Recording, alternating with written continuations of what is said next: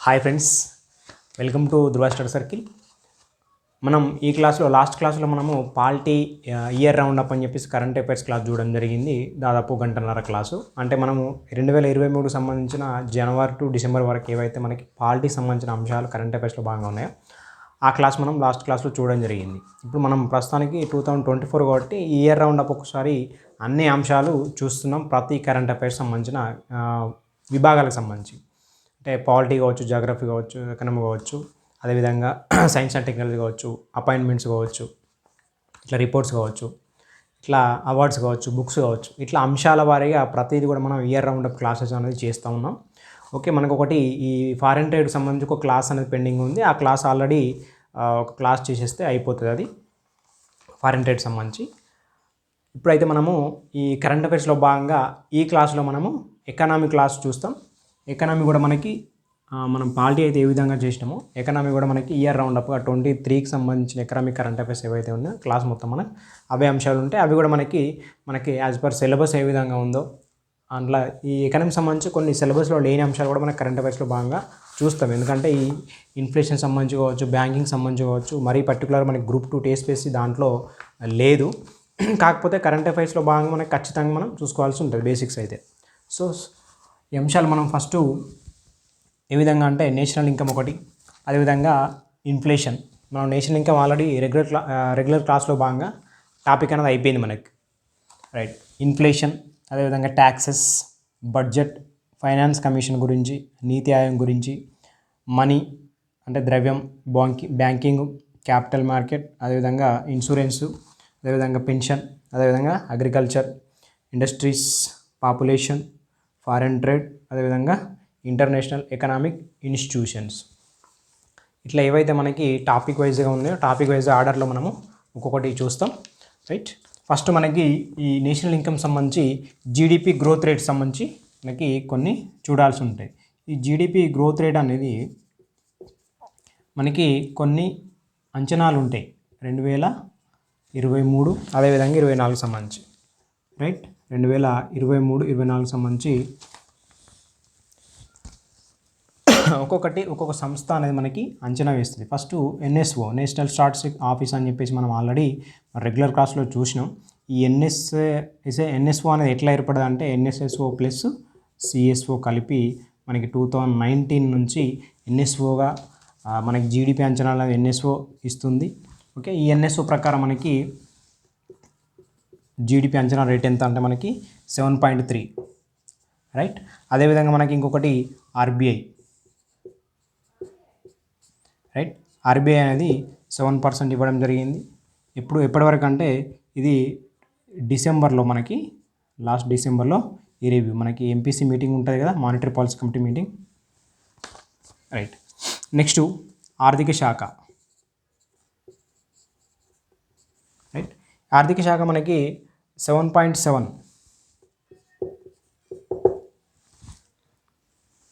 ఇది half yearly సంబంధించి 7.7 అనేది హాఫ్ ఇయర్లీకి సంబంధించి మనకి ఆర్థిక శాఖ యొక్క జీడిపి అంచనా రేటు 7.7. అదేవిధంగా ఓఈసీడీ, నెక్స్ట్ ఐఎంఎఫ్, అదేవిధంగా వరల్డ్ బ్యాంకు,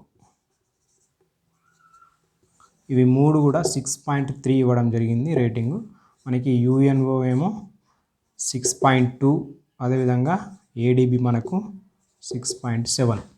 ఈ విధంగా అంచనా జీడిపి గ్రోత్ రేట్ అంచనాలు మనకు వెరీ ఇంపార్టెంట్. ఖచ్చితంగా ఒక క్వశ్చన్ అనేది ఖచ్చితంగా ఉంటుంది ఇక్కడ నుంచి, జీడిపి గ్రోత్ రేట్ అంచనా లాంటివి.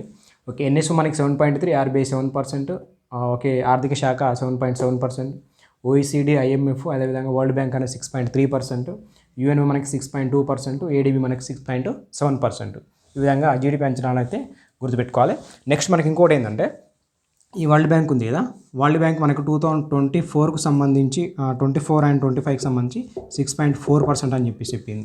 అదేవిధంగా 2025-26 అయితేనేమో 6.5% అని చెప్పేసింది అంచనా, రైట్. ఇప్పుడే ప్రస్తుతానికి అయితే 6.3 అని చెప్పేసి చెప్పింది. ఇంకొకటి ఏంటంటే మనకి ఎన్ఎస్ఓ ఉంది కదా, ఈ ఎన్ఎస్ఓ అయితే మనకి ministry of statistics and programme implementation, ministry of statistics and programme implementation. అయితే ఈ మినిస్ట్రీ కింద పనిచేస్తే మనకి ఎన్ఎస్ఓ అని చెప్పేసి గుర్తుపెట్టుకోవాలి. ఎన్ఎస్ఓ అనేది నేషనల్ స్టాటిస్టిక్స్ ఆఫీస్ అని చెప్పేసి మనము ఢిల్లీలో ఉంటుంది హెడ్ క్వార్టర్ అని చెప్పేసి ఆల్రెడీ మనం జాతీయాదంలో రెగ్యులర్ క్లాస్లో భాగంగా దీన్ని చూసినాం ఒక క్లాస్, రైట్. ఇది మనకి జీడిపి అంచనాలకు సంబంధించిన నేషనల్ ఇన్కమ్ సంబంధించి.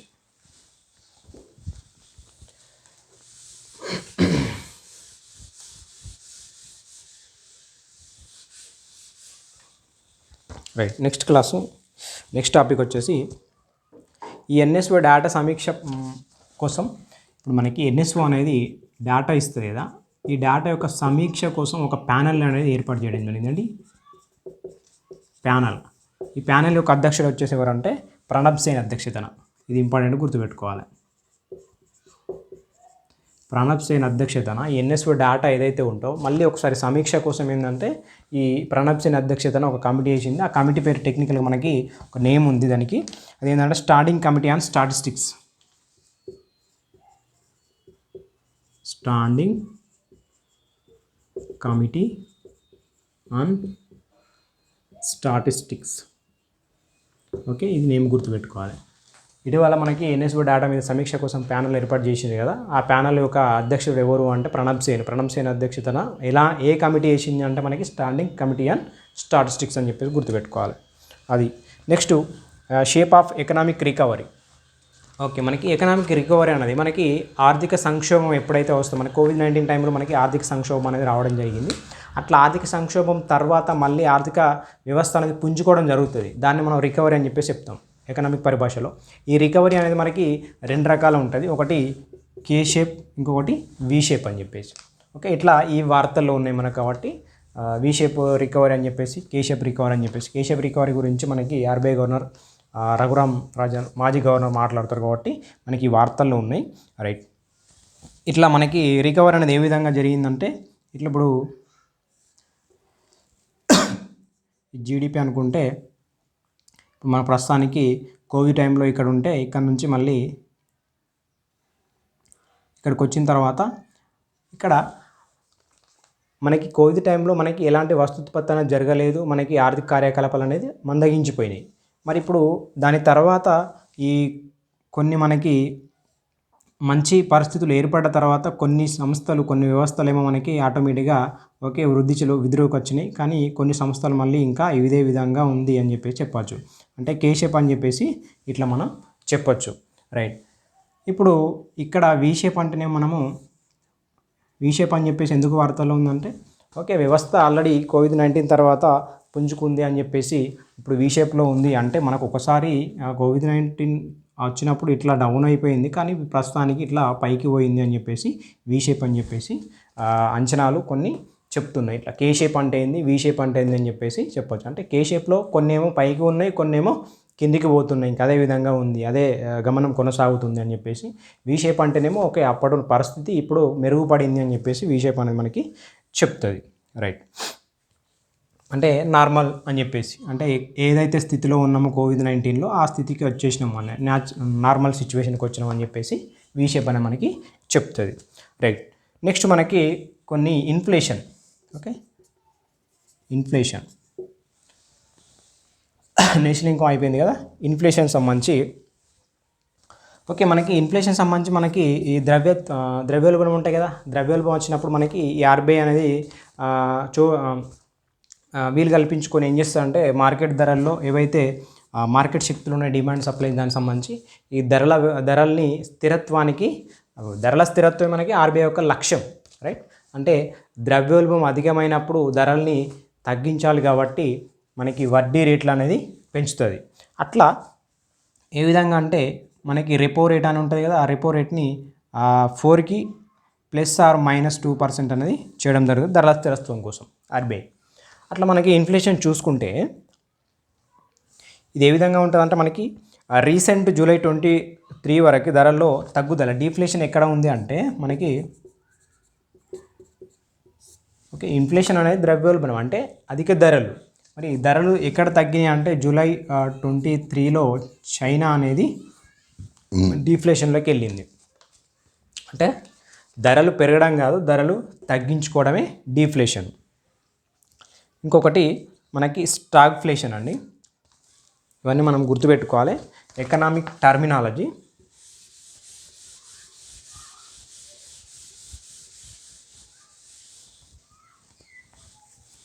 ఫస్ట్ వచ్చేసి ఇన్ఫ్లేషన్. ఇన్ఫ్లేషన్ అంటే మనకి వస్తుత్పత్తి పెరిగి వస్తువులకి సరఫరాను ఎక్కువైపోయి వస్తువు యొక్క ధరలు కూడా అధికమవుతాయి. రైట్, వస్తు ధరలు అనేటివి అధికమవుతాయి. వస్తు ధరలు అధికమైనప్పుడు ఆర్బీఐ జోక్యం చేసుకొని ఏం చేస్తుందంటే ఈ వడ్డీ రేట్లను అనేది పెంచుతుంది. వడ్డీ రేట్లు పెంచుతాయి. వడ్డీ రేట్లు పెంచినప్పుడు మళ్ళీ మనకి లోన్లు తీసుకోవడం మనకి ఇబ్బందికరం. అంటే లోన్లు తీసుకోలేము. మనం లోన్లు తీసుకోకుండా మనం పెట్టుబడి పెట్టలేము, వస్తుత్పత్తి చేయలేము. వస్తుత్పత్తి చేయలేము కాబట్టి మనకి ఎంప్లాయ్మెంట్ అనేది కూడా పడిపోతుంది. ఇట్లా మళ్ళీ నార్మల్గా లేదా ద్రవ్యోల్బణం నుంచి ప్రతి ద్రవ్యోల్బణ స్థితికి మనం వస్తాం, నార్మల్ సిచ్యువేషన్కి వస్తాం. అది ఇన్ఫ్లేషన్ సంబంధించి ఆర్బీఐ అనేది జోక్యం చేసుకుంటుంది. మరి డీఫ్లేషన్ అంటే ధరలు తగ్గడం. రైట్, ధరలు తగ్గితే కూడా మనకి సేమ్ సిచ్యువేషన్ ఏర్పడుతుంది. తక్కువ ధరలు తగ్గినాయి అనుకోండి, మళ్ళీ మనకి వస్తుత్పత్తిలో భాగంగా మనకి పెట్టుబడి పెట్టడానికి మనకి ఈ పెట్టుబడిదారులకు అనేది అమౌంట్ ఉండదు. మళ్ళీ అన్ఎంప్లాయ్మెంట్ అనేది వస్తుంది. సేమ్ ప్రద్రవ్యోల్బణం కూడా డీఫ్లేషన్లో.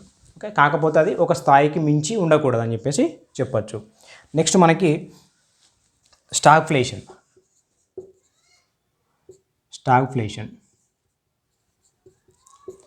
స్టాగ్ఫ్లేషన్ అంటే స్టాగ్ ప్లస్ ఇన్ఫ్లేషన్. స్టాగ్ అంటే ఇక్కడ మనకి జనరల్గా చెప్పుకుంటే ఏంటంటే జీడిపి అనేది తక్కువ ఉంటుంది. జీడిపి తక్కువ ఉండడం వల్ల ఇన్ఫ్లేషన్ కూడా ఉంటుంది. ఓకే, అదేవిధంగా అన్ఎంప్లాయ్మెంట్ కూడా పెరుగుతుంది. ఇన్ఫ్లేషన్ పెరుగుతుంది, అదేవిధంగా అన్ఎంప్లాయ్మెంట్ పెరుగుతుంది. ఇట్లా జీడిపి తక్కువ ఉండి ఇన్ఫ్లేషన్ కానీ అన్ఎంప్లాయ్మెంట్ కానీ ఎక్కువ ఉంటే దాన్ని మనం స్టాగ్ఫ్లేషన్ అని చెప్పేసి అంటాం. ఈ టర్మినాలజీ అనేది మనకి ఇంపార్టెంట్. స్టాగ్ఫ్లేషన్. రైట్, నీకు నెక్స్ట్ ష్రింక్ఫ్లేషన్.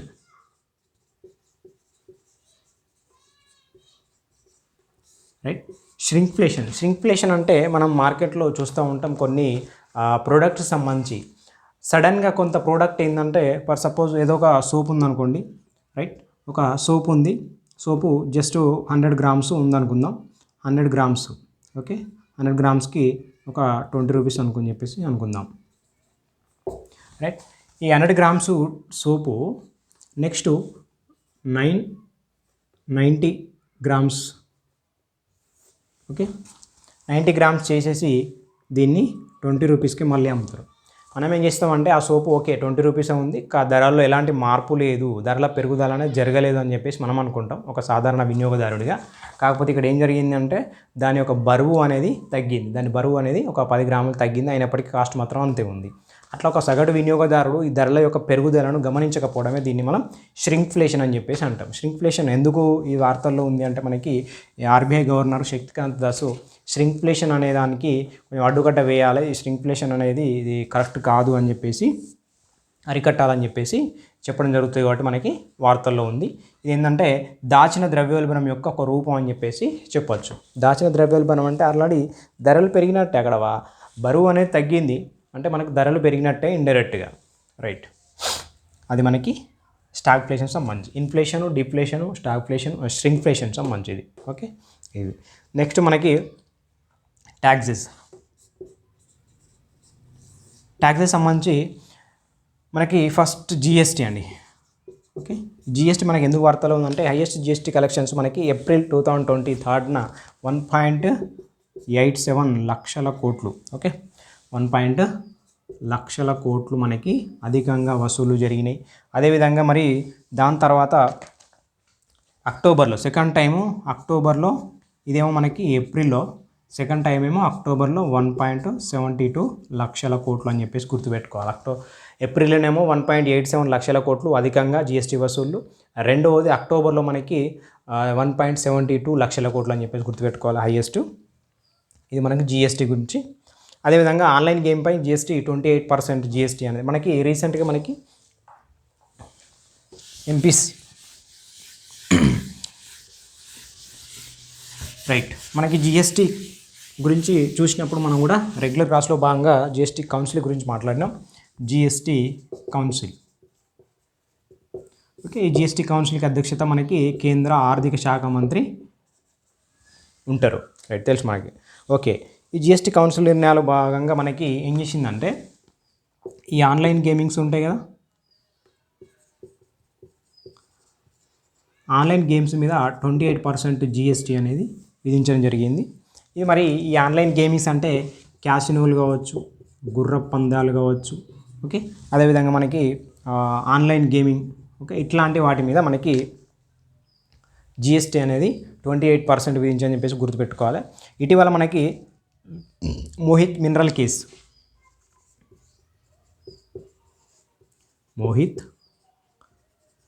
కేసు అనేది ఈ యొక్క జిఎస్టీ కౌన్సిల్ యొక్క నిర్ణయాలకు రాష్ట్రాలు కట్టుబడి ఉండాల్సిన అవసరం లేదు అని చెప్పేసి మనకి ఈ మోహిత్ మినరల్ కేసు అని చెప్పేసి మనకు చెప్తుంది. ఓకే, అంటే ఉండొచ్చు ఉండకపోవచ్చు, రాష్ట్రాలు ఇష్టం అని చెప్పేసి ఈ కేసులో భాగంగా మనకి చెప్పడం జరుగుతుంది. 246A భాగంగా 246Aలో భాగంగా అంటే ఎవరి చట్టాలు వాళ్ళు చేసుకోవచ్చు, ఎవరి అంశాలు వాళ్ళు ఫాలో కావచ్చు అని చెప్పేసి మనకు చెప్తుంది. ఒక జిఎస్టీ కౌన్సిల్ మనకు తెలుసు, జిఎస్టీ కౌన్సిల్ 279Aలో ఆర్టికల్లో భాగంగా ఉంది. మనకి దాన్ని సవరణ చేసుకున్నాం. రైట్, అది మనకి నెక్స్ట్ జిఎస్టీ నెట్వర్క్. మరి జిఎస్టీ నెట్వర్క్ అంటే ఏం లేదు, మనకి ఈ మనీ లాండరింగ్ యాక్ట్ ఉంది కదా, PMLA, prevention of money laundering act ఉంది కదా, అంటే మనకి బ్లాక్ మనీ మనకి మార్కెట్లోకి రాకుండా జిఎస్టీ నెట్వర్క్ అని చెప్పేసి యాక్ట్ పరిధిలోకి వచ్చింది. ఈ జిఎస్టీ నెట్వర్క్ మనకి పిఎంఎల్ఏ యాక్ట్ కిందకి వచ్చిందని చెప్పేసి గుర్తుపెట్టుకోవాలి. జిఎస్టీ నెట్వర్క్ అనేది అంటే ఇంతకుముందు లేదు, కానీ ఇప్పుడు prevention of money laundering act కింద జిఎస్టీ నెట్వర్క్ అని చెప్పి వచ్చింది అని చెప్పేసి పరిధిలోకి వచ్చిందని చెప్పేసి గుర్తుపెట్టుకోవాలి. మళ్ళీ పిఎంఎల్ఏ పరిధిలో ఇంకేమేమి ఉన్నాయంటే మనకి సిఏ, ఓకే, సిఎస్, అదేవిధంగా మనకి కంపెనీ సెక్రటరీ అంటాం దీన్ని, అదేవిధంగా క్రిప్టో కరెన్సీ, ఓకే, అదేవిధంగా మనకి కాస్ట్ అకౌంట్, ఇది మనకి ఓకే, ఇట్లాంటి లావాదేవీలు కూడా మనకి దీనికి సంబంధించిన పిఎంఎల్ఏ పరిధిలోకి వచ్చినాయి అని చెప్పేసి గుర్తుపెట్టుకోవాలి. Prevention of money laundering act పరిధిలోకి వచ్చిన క్రిప్టో కరెన్సీ కానీ మన కంపెనీ సెక్రటరీస్ కావచ్చు, అదేవిధంగా కాస్ట్ అకౌంటెంట్కి సంబంధించిన లావాదేవీలు కావచ్చు, ఇవన్నీ కూడా మనకి జిఎస్టీ యొక్క నెట్వర్క్ కావచ్చు, ఇవన్నీ కూడా మనకి పిఎంఎల్ఏ పరిధిలోకి వచ్చాయని చెప్పేసి గుర్తుపెట్టుకోవాలి. ఇది కరెంట్ అఫైర్స్ సంబంధించి. నెక్స్ట్ అదేవిధంగా మనకి ఇటీవల 31 జిఎస్టీ ట్రిబ్యునల్, అప్పీలేట్ ట్రిబ్యునల్ అండి, 31 జిఎస్టీ అప్పీలేట్ ట్రిబ్యునల్ అనేది మనకి ఏర్పాటు చేయడం జరిగింది. 31, ఓకే, దాంట్లో మనకి ప్రతి రాష్ట్రానికి కూడా ఒక అప్పీలేట్ ట్రిబ్యునల్ ఉంటుంది. అంటే మనకి ఇంతకుముందు ఈ జిఎస్టీకి సంబంధించిన వివాదాలను హైకోర్టే మనకి పరిష్కరించేది. కాకపోతే మనకి హైకోర్టులో ఎక్కువ కేసులు పెండింగ్లో ఉంటున్నాయి కాబట్టి మనకి దీనికి సంబంధించి ఒక అప్పీలేట్ ట్రిబ్యునల్ అనేది ఏర్పాటు చేసుకోవడం జరిగింది ప్రతి రాష్ట్రానికి సంబంధించి. అయితే ఇవి ఏంటంటే జిఎస్టీ వివాదాలను మనకి పరిష్కారం చేస్తాయి. అట్లా మనకి ఎక్కువ మనకి ఇది ఏ రాష్ట్రానికి అంటే యూపీ, ఎందుకంటే పెద్ద రాష్ట్రం కాబట్టి దానికి అక్కడ 3 ఏర్పాటు చేసింది. అదేవిధంగా మనకి నెక్స్ట్ కర్ణాటక అండ్ రాజస్థాన్లో ఒక్కొక్క రాష్ట్రానికి 2 ఏర్పాటు చేయడం జరిగింది. అదేవిధంగా మనకి ఫైనల్గా అయితే ఈ ఈశాన్య రాష్ట్రాలు ఉన్నాయి కదా మనకి 7+1, ఓకే, 7 సిస్టర్స్ ప్లస్ ఒక సిక్కిం రాష్ట్రం, ఇవన్నిటికి కలిపి గౌహతిలో ఒకటే ఉంది, గౌహతిలో భాగంగా అని చెప్పేసి గుర్తుపెట్టుకోవాలి. మనకి యూపీలోనేమో 3 అప్పీలేట్ ట్రిబ్యునల్ ఉన్నాయి, GST appellate tribunal. Karnataka and రాజస్థాన్లో 2 ఉన్నాయి, కర్ణాటకలో 2 ఉంటాయి, రాజస్థాన్లో 2 ఉంటాయి అప్పీలేట్ ట్రిబ్యునల్స్. అదేవిధంగా ఈశాన్య రాష్ట్రాలకు సంబంధించి మొత్తానికి గౌహతి కేంద్రంగా ఒకటి మాత్రం జిఎస్టీ అప్పీలేట్ ట్రిబ్యునల్ అనేది ఏర్పాటు చేయడం. ఇది ఏం చేస్తాయి అంటే జిఎస్టీ యొక్క ఈ పరిష్కారం అంటే వివాదాలకు సంబంధించిన పరిష్కారం అనేది ఈ అప్పీలేట్ ట్రిబ్యునల్ అనేది చూసుకుంటుంది. రైట్, అది గుర్తుపెట్టుకోవాలి. ఇది మనకి మిగతా రాష్ట్రాలకు మాత్రం ఒక్కొక్కటి. రైట్,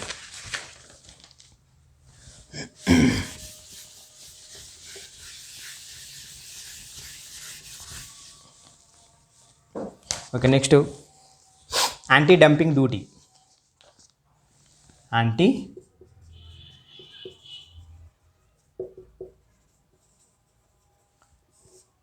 డ్యూటీ అంటే మనకు ట్యాక్స్ లేదా సుంకం. యాంటీ డంపింగ్ డ్యూటీ అంటే మనకు సంబంధించి ఇప్పుడు రకరకాల మెటీరియల్స్ ఉంటాయండి. మన దగ్గర ఒక ప్రోడక్ట్ ఉంది, లేకుంటే విదేశానికి సంబంధించిన ఒక ప్రోడక్ట్ ఉంది, ఎగ్జాంపుల్ చైనాకి సంబంధించి. ఓకే, మనకు సంబంధించిన ప్రోడక్ట్తో పోల్చుకుంటే మిగతా విదేశానికి సంబంధించిన ప్రోడక్ట్ కొంచెం చీప్గా ఉందనుకుందాం. అట్లాంటప్పుడు మనం దేనికి ప్రియారిటీ ఇస్తామంటే మనకి విదేశానికి సంబంధించిన ప్రోడక్ట్కే ప్రియారిటీ ఇస్తాం.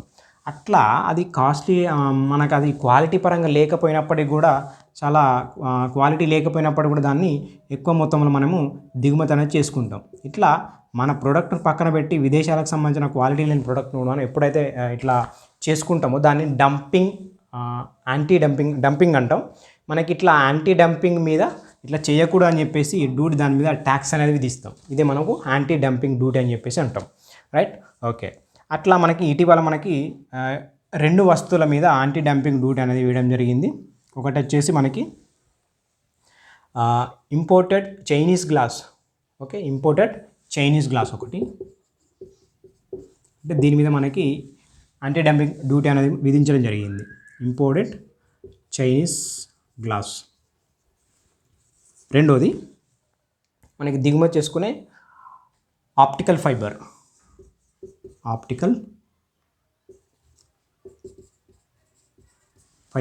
ఒకటి ఇంపోర్టెడ్ చైనీస్ గ్లాస్, రెండోది ఆప్టికల్ ఫైబర్ సంబంధించి ఈ రెండింటి మీద మనకి యాంటీ డంపింగ్ డ్యూటీ అనేది విధించడం జరిగింది. ఇది మనకు ఏది సిఫార్సు చేస్తుంది అంటే దీనికి సంబంధించి డీజీఎఫ్టీ అంటే ఇక్కడ మనకు director general of foreign trade సంబంధించి సిఫార్సు చేస్తుంది. సిఫార్సు చేస్తే మరి ఇంప్లిమెంటేషన్ ఎవరు చేస్తారంటే మనకి ఇక్కడ ఫైనల్గా మినిస్ట్రీ ఆఫ్ ఫైనాన్స్, ఓకే, ఆర్థిక శాఖ అనేది మనకి ఇంప్లిమెంట్ చేయడం జరుగుతుంది. ఓకే, సిఫార్సు ఏమో మనకి director general of foreign trade సంబంధించి సిఫార్సు చేస్తే మనకి ఇంప్లిమెంటేషన్ ఫైనల్గా ఇవి 2 వస్తువులకు సంబంధించి ఇంప్లిమెంటేషన్ ఎవరు చేస్తారంటే ఆర్థిక శాఖ చేస్తుంది. అది గుర్తుపెట్టుకోవాలి. నెక్స్ట్ మనకి ఇటీవల మనం చూసిన వాళ్ళ నియామకాల్లో CBDT చైర్మన్ ఎవరంటే నితిన్ గుప్తా ఎన్నిక కావడం జరిగింది. నితిన్ గుప్తా. మరి CBDT అంటే central board of direct taxes అని చెప్పి చెప్పుకుంటాం. ఓకే, ఇది మనకు central board of revenue act 1963 కింద ఏర్పడుతుంది. 1963 central board of revenue act 1963 కింద ఈ CBDT అనేది ఏర్పడుతుంది. Central board of direct taxes సంబంధించి చైర్మన్ ఎవరంటే నితిన్ గుప్తా. ఓకే, నెక్స్ట్ ఇంకొకటి వార్తల్లో ఉంది CBIC చైర్మన్ కూడా మనకు ఎన్నిక కావడం జరిగింది. సంజయ్ కుమార్ అగర్వాల్.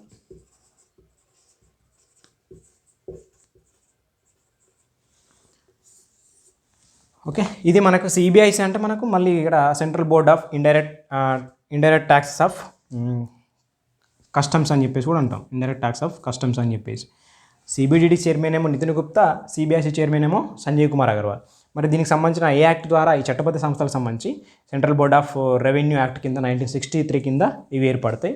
అదేవిధంగా మనకి ఓకే, ఇవి చైర్మన్స్ అంతా గుర్తుపెట్టుకోవాలి. ఇవి మనకి నియామకం జరిగింది కాబట్టి మనకి వార్తల్లో ఉంది, CBDT కానీ CBIC కానీ. Right, next windfall tax చూద్దాం.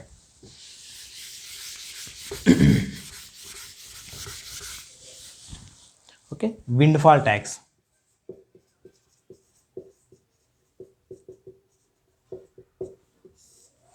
విండ్ ఫాల్ ట్యాక్స్ అంటే గాలివాటు లాభాలు అని చెప్పేసి అంటాం. గాలివాటు లాభాలు అంటే ఏ కంపెనీ అయినా కూడా తన మీద ఒక ప్లాన్ కావచ్చు, లేదంటే దాని మీద ఎఫర్ట్ కావచ్చు, దాని మీద ఫోకస్ కానీ చేయకుండానే ఆటోమేటిక్గా లాభాలు వస్తే దాన్ని మనం విండ్ ఫాల్ అని చెప్పేసి అంటాం. దాని మీద ట్యాక్స్ అనేది ప్రత్యేకంగా కొన్ని సంస్థలకి విధించడం జరుగుతుంది. అట్లా దాన్ని మనము విండ్ ఫాల్ ట్యాక్స్ అని చెప్పేసి అంటాం. అట్లాంటి గాలివాటు లాభాలకు సంబంధించి ఒక ట్యాక్స్ అనేది విధిస్తానికి విండ్ ఫాల్ ట్యాక్స్ అని చెప్పేసి అంటాం.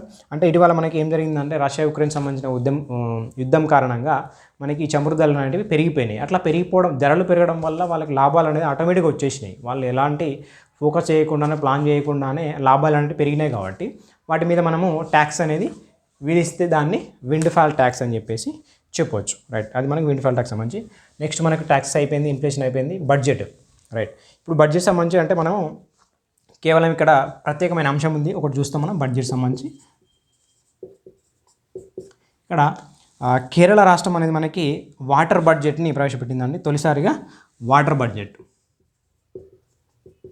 అంటే ఈ నీటికి సంబంధించిన ఈ నీటి కొరత ఏదైతే ఉందో నీటి కొరత ప్రాంతాల కోసం వాటర్ బడ్జెట్ని ప్రవేశపెట్టింది ఏ రాష్ట్రం అంటే కేరళ అని చెప్పేసి గుర్తుపెట్టుకోవాలి. Right, Kerala water budget. Next finance commission. Budget అయిపోయింది. Finance commission.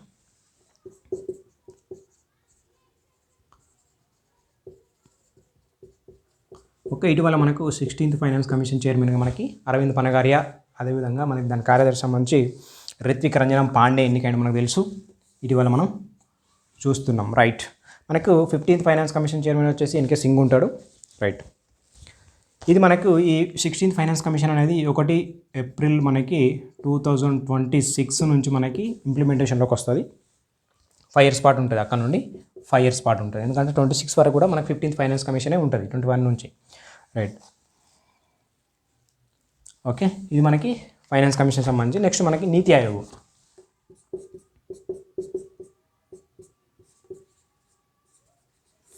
ఈ ఫైనాన్స్ కమిషన్ ఎందుకు వార్తల్లో ఉంది, చైర్మన్ అండ్ కార్యదర్శి ఎన్నికైంది కాబట్టి. నెక్స్ట్ ఇది నీతి ఆయోగ్ అనేది మనకి non statutory non constituent body. Okay, అంటే చట్టబద్ధ సంస్థ కాదు, రాజ్యాంగబద్ధ సంస్థ కాదు. ఓకే, ఇది కార్యనిర్వాహకు సంబంధించిన ఎగ్జిక్యూటివ్ పవర్స్తోని ఒక సంస్థను అనేది ఏర్పాటు చేయడానికి. దీనికి చైర్మన్ ఎవరు ఉంటారో మనకు తెలుసు, పిఎం. రైట్, దీనికి వైస్ చైర్మన్ ఎవరు అంటే ప్రస్తుతానికి మనకి వైస్ చైర్మన్ సుమన్ కే బేరి, ఎందుకంటే ఈ ఇయర్లోనే ఎన్నికైంది కాబట్టి. అదేవిధంగా దీనికి సిఇఓ ఎవరు అంటే బివిఆర్ సుబ్రహ్మణ్యం. ఓకే, ఈ సుమన్ కే బేరి ఇప్పుడు వైస్ చైర్మన్ ఉన్నాడు కదా, ఈ వైస్ చైర్మన్ ఏమో నామినేట్ చేస్తాడు పిఎం. ఓకే, మరి ఈ సిఇఓ ఉన్నాడు కదా, సిఇఓనేమో అపాయింట్ చేస్తాడు. నామినేట్ అంటే ఎలాంటి జస్ట్ ఎలిజిబిలిటీ లేకున్నా కూడా జస్ట్ చూసి మనకి చేయవచ్చు నామినేట్ అంటే. కానీ అపాయింట్మెంట్ చేసే వాళ్ళకి ఎలిజిబిలిటీస్ అనేటివి ఉంటాయి, సిఇఓ. రైట్, అది గుర్తుపెట్టుకోవాలి మనకి. ఇక్కడ ఈయనకేమో క్యాబినెట్ సెక్రటరీ హోదా ఇస్తాడు. హోదా అనేది రావడం జరుగుతుంది, క్యాబినెట్ సెక్రటరీ. ఇక్కడనేమో మనకి secretary of okay, secretary of government of India, ఇతని హోదా secretary of government of India. సిఇఓకేమో సెక్రటరీ ఆఫ్ గవర్నమెంట్ ఇండియా, మళ్ళీ వైస్ చైర్మన్కి ఏమో క్యాబినెట్ సెక్రటరీ హోదా అనేది కల్పించడం జరుగుతుంది దీంట్లో భాగంగా. రైట్, ఓకే, నెక్స్ట్ మనకి ఇంకొకటి మనకి దీనికి సంబంధించిన నలుగురిని ఒక విశిష్ట వ్యక్తులను నియామకం చేయడం జరిగింది. దేనికి సంబంధించి అంటే నీతి ఆయోగ్ సంబంధించి. వాళ్ళని గుర్తుపెట్టుకోవాలి మనం.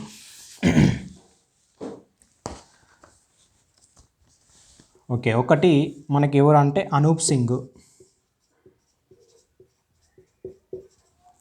రెండోది అగర్వాల్, మూడోది అజయ్ చౌదరి, నాలుగోది లక్ష్మీ కుమార్. అజయ్ చౌదరి ఎలక్ట్రానిక్స్ సంబంధించిన ఫీల్డు, లక్ష్మీ కుమారి పన్నులకు సంబంధించిన field. Next urban transport Agarwal, urban transport అని చెప్పేసి గుర్తుపెట్టుకోవాలి. మనకి ఇక్కడ ఈయనేమో 15th ఫైనాన్స్ కమిషన్లో భాగంగా సభ్యుడిగా ఉన్నాడు అనూప్ సింగ్, అది గుర్తుపెట్టుకోవాలి. నీతి ఆయోగ్ సంబంధించిన విశిష్ట వ్యక్తుల్లో సంబంధించిన నలుగురిని నియామకం చేయడం జరిగింది. మనకి 23లో భాగంగానే సిఇఓ ఎన్నికైండు బిఆర్ సుబ్రహ్మణ్యం, అదేవిధంగా వైస్ చైర్మన్ కూడా 23కి సంబంధించి సుమన్ కే బేరి మనకి రావడం జరిగింది. ఇది మనకు నీతి ఆయోగ్ సంబంధించి. Next money and banking. Next topic money and banking.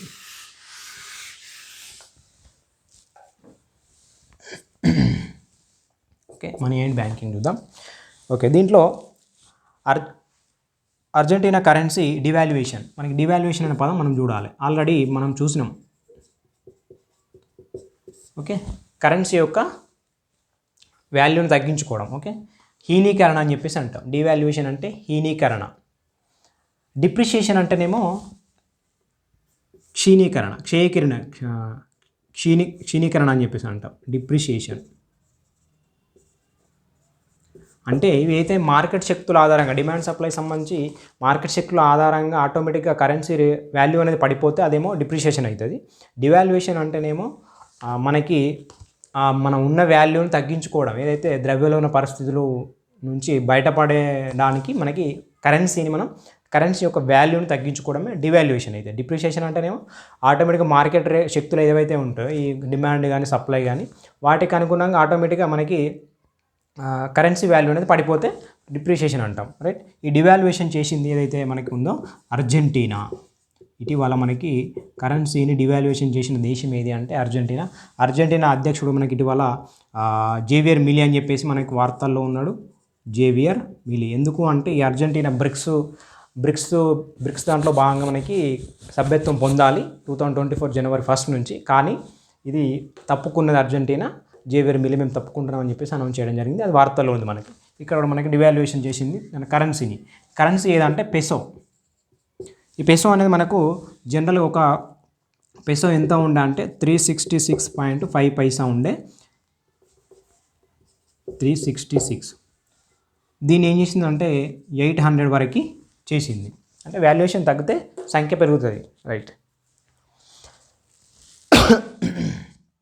అక్కడ ఎక్కువ మనకి ఆర్థిక పరిస్థితులు, ద్రవ్యోల్బణ పరిస్థితులు ఎక్కువ ఉన్నాయి కాబట్టి ఆర్థిక మంద పరిస్థితి. సో అందుకోసం అని చెప్పేసి అర్జెంటీనా దేశం అనేది డివాల్యుయేషన్ చేసింది కరెన్సీ అని చెప్పేసి గుర్తుపెట్టుకోవాలి, పెసో కరెన్సీ, రైట్. అట్లా gold digital currency Zimbabwe currency విలువ పతనం అడ్డుకోవడానికి. అదేవిధంగా ఇంకొకటి ఏంటంటే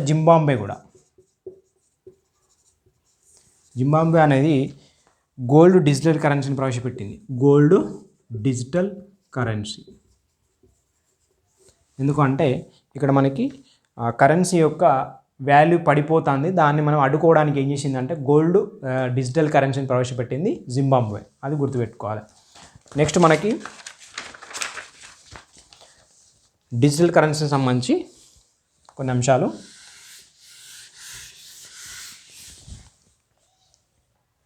ఇక్కడ CBDT central bank digital currency, central bank of digital currency ఉంటుంది కదా మనకి. ఇది మనకు రెగ్యులేట్ చేసే కరెన్సీ, ఓకే. డిజిటల్ కరెన్సీలో భాగంగా రెగ్యులేట్ చేస్తుంది, RBI రెగ్యులేట్ చేస్తుంది మనకి సెంట్రల్ బ్యాంక్. ఇక్కడ మనకు అన్రెగ్యులేట్ చేసే కరెన్సీ కూడా ఉంది, క్రిప్టో కరెన్సీ.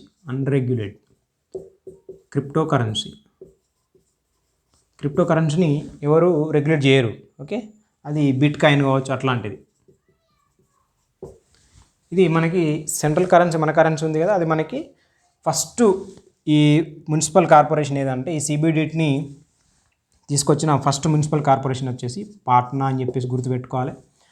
అదేవిధంగా CBDT కరెన్సీని తీసుకొచ్చిన ఫస్ట్ మెట్రో సిటీ ఏదంటే కొచ్చి అని చెప్పేసి గుర్తుపెట్టుకోవాలి. అదేవిధంగా ఫస్ట్ ఆమోదించిన రీటైలర్ ఎవరంటే రిలయన్స్ రీటైలర్ అని చెప్పేసి గుర్తుపెట్టుకోవాలి. Reliance retailer. ఇవి మనకి CBDT కరెన్సీ గురించి.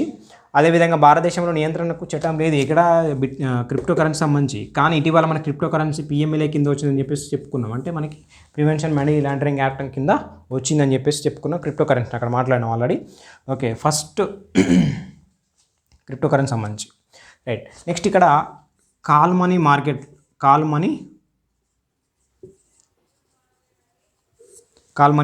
మనకి వార్తల్లో ఉంది. కాల్ మనీ మార్కెట్ అంటే ఏం లేదు, బ్యాంకులో ఒకదానికొకటి స్వల్పకాలికంగా అంటే ఒక్కరోజు కోసం ఏవైతే వడ్డీ తగ్గింపులు ఉంటాయో దాన్ని మనము అంటే రుణాల ధరలు తగ్గించడం, ఓకే. ధరలు అనేది తగ్గించుకోవడం, రుణాలు కావచ్చు ధరలు కావచ్చు తగ్గించుకోవడం ఒక్కరోజు కోసం. అది అంటే స్వల్పకాలికంగా తగ్గించుకుంటే దాన్ని మనం కాల్ మనీ మార్కెట్ అంటాం. ఇక్కడ హోల్సేల్ పైలట్ ప్రాజెక్ట్గా మనకి RBI అనేది స్టార్ట్ చేయడం జరిగింది, అది గుర్తుపెట్టుకోవాలి. ఇది CBDT కరెన్సీ కోసం. CBDT కరెన్సీ విషయంలో కాల్ మనీ మార్కెట్ అంటే ఏం లేదు, స్వల్పకాలికంగా ఒక్క రోజు లేదా 2 రోజుల మందం మనకి ఏంటంటే ధరలు కానీ రుణాలు కానీ తగ్గించుకోవడం, ఓకే. ఒకరికొకరు కోఆపరేట్ చేసుకునే దాన్ని మనం కాల్ మనీ మార్కెట్ అని చెప్పేసి అంటాం. అంటే ఈ డైలీ ఫైనాన్సర్స్ ఉంటారు కదా, డైలీ ఫైనాన్స్ వాళ్ళు అడ్జస్ట్మెంట్ కోసం అని చెప్పేసి తక్కువ మొత్తంలో తీసుకోవడం, తక్కువ వడ్డీ రేట్లకు తీసుకోవడం, అట్లాంటి దాన్ని మనం కాల్ మనీ మార్కెట్ అని చెప్పేసి అంటాం. అది మనకి RBI అనేది స్టార్ట్ చేయడం జరిగింది. మనకి ఒక పైలట్ ప్రాజెక్ట్గా, హోల్సేల్ ప్రాజెక్ట్గా స్టార్ట్ చేయడం జరిగింది. ఇది మనకు డిజిటల్ కరెన్సీ గురించి. CBDT కావచ్చు ఒకటి, రెండోది అన్రెగ్యులేటెడ్ది క్రిప్టో కరెన్సీ. ఇవి మనకి వార్తల్లో ఉన్నాయి. క్రిప్టో కరెన్సీ ఎందుకు వార్తల్లో ఉందంటే మనకి అండర్ PMLA కింద వచ్చింది.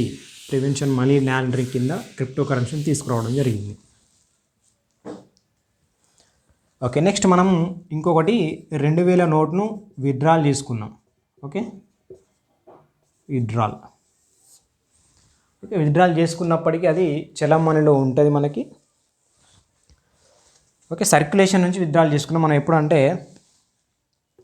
19 మే 2023 నుండి సర్క్యులేషన్ నుంచి. ఎప్పుడైతే ఈ మార్కెట్ నుంచి మనం విత్డ్రాల్ చేసుకున్నాం, బట్ ఏంటంటే దాని వాల్యూ అనేది పోలేదు, రద్దు అనేది కాలేదు. అది జస్ట్ ఏంటంటే విత్డ్రాల్ అంటాం, రద్దు కాలేదు. మరి ఎక్స్చేంజ్ కానీ ఈ డిపాజిట్స్ కానీ మనకి 30 సెప్టెంబర్ వరకు అని చెప్పేసి డేట్ ఇవ్వడం జరిగింది. దాని తర్వాత మనకు లిమిట్ లేదు. ఫస్ట్ అయితే మనకి ఎక్స్చేంజ్ కోసం 20,000, మనకి డిపాజిట్ కోసం మాత్రం నో లిమిట్. మనకి 2000 నోట్ మీద మనకి ఏముంటుంది అంటే మంగళయాన్ బొమ్మ ఉంటుంది. అదేవిధంగా మనకి లోగో ఏముంటుంది అంటే స్వచ్ఛ భారత్ లోగో ఉంటుంది. అదేవిధంగా దీనికి 17 భాషలు ప్లస్ ఇంకొక భాష ఏదంటే బ్రెయిలీ లిపిలో భాగంగా 17 భాషలు ఉంటాయి. అదేవిధంగా మనకి ఎప్పుడు వచ్చింది అంటే ఇది మనకి 9 నవంబర్ 2016లో రద్దు అయితే మనకి 10th నవంబర్ 2016లో మనకి 2000 నోట్ అనేది ప్రవేశపెట్టడం జరిగింది. అవి మనం గుర్తుపెట్టుకోవాలి.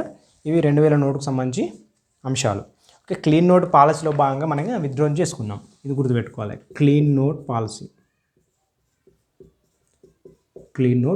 పాలసీలో భాగంగా 2000 నోట్ను మనము విత్డ్రా చేసుకున్నాం. అది అంశం. నెక్స్ట్ ఇంకొకటి ఏంటంటే ఇండియా కానీ యూఏ కానీ ఈ రెండు స్థానిక కరెన్సీలో ముడి చమురు చెల్లింపులు చేసుకున్నాయి. జనరల్గా మనం ఫారెన్ ట్రేడ్ చేయాలంటే ఆ దేశం యొక్క కరెన్సీ మనము ఇవ్వాల్సి ఉంటుంది. కానీ ఇక్కడ ఇండియా యూఏఈ, ఇండియా దుబాయ్, ఇవి రెండు మనకి స్థానిక కరెన్సీలో చమురును, ఓకే, చమురు చెల్లింపులు, ముడి చమురు చెల్లింపులు అనేవి చేసుకున్నాయి స్థానిక కరెన్సీలో. ఇక్కడ ఒకటి ఏంటంటే అది కంపెనీస్ ఉంటాయి కదా, ఐఓసి ఒకటి, ఇది ఇండియాకి సంబంధించి, మరి దుబాయ్కి సంబంధించి ఏడిఎన్ఓసి, ఇవి రెండు సంస్థలు మనకి ఈ చమురు కోసం స్థానిక కరెన్సీని ఎక్స్చేంజ్ చేసుకున్నాయి. స్థానిక కరెన్సీలో భాగంగా ట్రేడ్ అనేది చేసినవి గుర్తుపెట్టుకోవాలి. ఇండియా అండ్ యూఏఈ ఇటీవల స్థానిక కరెన్సీలో ముడి చమురును వాణిజ్యం చేసుకున్న దేశాలు ఇవి అంటే ఇండియా అండ్ యూఏఈ, దుబాయ్ అని చెప్పేసి గుర్తుపెట్టుకోవాలి. నెక్స్ట్ మనకు బ్యాంకింగ్. ఇప్పటిదాకా మనం ద్రవ్యం చూసినాం, ఇది బ్యాంకింగ్.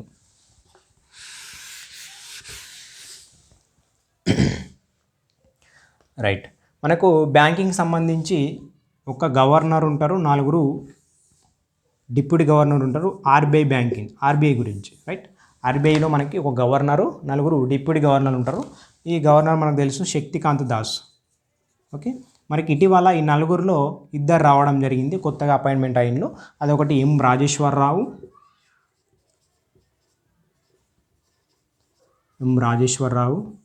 రెండోది మనకి స్వామినాథన్. ఒకటి ఎం రాజేశ్వరరావు, రెండవది స్వామినాథన్ అని చెప్పేసి గుర్తుపెట్టుకోవాలి. Central bank report card 2023 A+ category వచ్చింది మనకి. ఈయనకి A+ కేటగిరీలో సెంట్రల్ బ్యాంక్ రిపోర్ట్ కార్డ్ 23లో భాగంగా A+ కేటగిరీ వచ్చింది మన ఆర్బీఐ గవర్నర్ సంబంధించి. ఓకే, మనకి ఇది ఎప్పుడు ఏర్పడుతుందో తెలుసు, మనకి 1934 ఆర్బీఐ యాక్ట్ ద్వారా మనకు ఆర్బీఐని ఏర్పాటు చేసుకుంటాం. హిల్టన్ యంగ్ కమిషన్ సిఫార్సు మేరకు, హిల్టన్ యంగ్ కమిషన్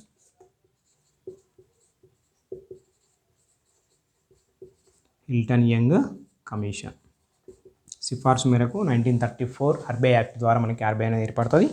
అది గుర్తుపెట్టుకోవాలి. ఇంకొకటి ఏంటంటే మనకి ఈ ఆర్బీఐ యొక్క మాజీ గవర్నర్ వెంకటరమణి, మాజీ గవర్నర్. ఓకే, ఆర్బీఐ యొక్క మాజీ గవర్నరు వెంకటరమణి ఆయన మరణించడం జరిగింది. ఈ వెంకటరమణి ఎవరు అంటే మనకు జనరల్గా చూస్తే, రైట్, మనకి ఎప్పుడైతే ఈ మన ఎల్పిజి సంస్కరణ చేస్తాం కదా, ఎల్పిజి సంస్కరణ టైంలో మనకి ఆర్బీఐ గవర్నర్గా ఉంటాడు వెంకటరమణి. అది గుర్తుపెట్టుకోవాలి, అందుకోసం మనకి వార్తలో ఉన్నాడు. అదేవిధంగా హర్షద్ మెహతా కుంభకోణం ఇతని కాలంలోనే జరిగింది. హర్షద్ మెహతా కుంభకోణం పేరు గుర్తుపెట్టుకోవాలి. ఈ వెంకటరమణి మరణించిండు, ఆర్బీఐ మాజీ గవర్నర్. అతని కాలంలో మనకి ఎల్పిజి సంస్కరణలు జరిగినాయి. మనకి పివి నరసింహరావు ప్రధాని ఉంటారు, ఆర్థిక శాఖ మంత్రిగా మన్మోహన్ సింగ్ ఉంటారు 1991లో భాగంగా. అప్పుడు గవర్నర్, ఆర్బీఐ గవర్నర్ అంటే వెంకటరమణి అని చెప్పేసి గుర్తుపెట్టుకోవాలి. రైట్, నెక్స్ట్ మనకి ఆర్బీఐ ఒప్పందాలు ఉన్నాయి కొన్ని. అంటే సెంట్రల్ బ్యాంక్ మనకి కొన్ని ఒప్పందాలను చేసుకుంటుంది. గవర్నమెంట్తో సంబంధం లేకుండా. రైట్. ఆర్బీఐ ఒప్పందాలు. ఓకే, ఆర్బీఐ ఒప్పందాల భాగంగా బ్యాంక్ ఆఫ్ ఇంగ్లాండ్ ఇది ఏంటంటే క్లియరింగ్ కార్పొరేషన్ ఆఫ్ ఇండియా లిమిటెడ్కి సంబంధించి సమాచార మార్పిడిని. Bank of England, bank of ఇంగ్లాండ్తో క్లియరింగ్ కార్పొరేషన్ ఆఫ్ ఇండియా లిమిటెడ్కి సంబంధించి సమాచార మార్పిడి, ఇన్ఫర్మేషన్ ఎక్స్చేంజ్ కోసం మనకి ఒప్పందం అనేది చేసుకున్నది ఆర్బీఐ. రెండో అంశం ఏంటంటే మనకి జిఐఎఫ్ఎన్లో జాయిన్ అయింది global finance innovation network. GIFN. Okay, global GIFN, జిఎఫ్ఐఎన్.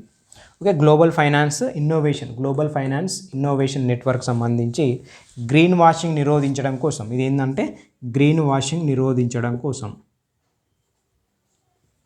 మరి గ్రీన్ వాషింగ్ అంటే ఏంటంటే మనకి జనరల్గా మార్కెట్లో చాలా రకాల ప్రొడక్ట్స్ ఉంటాయి.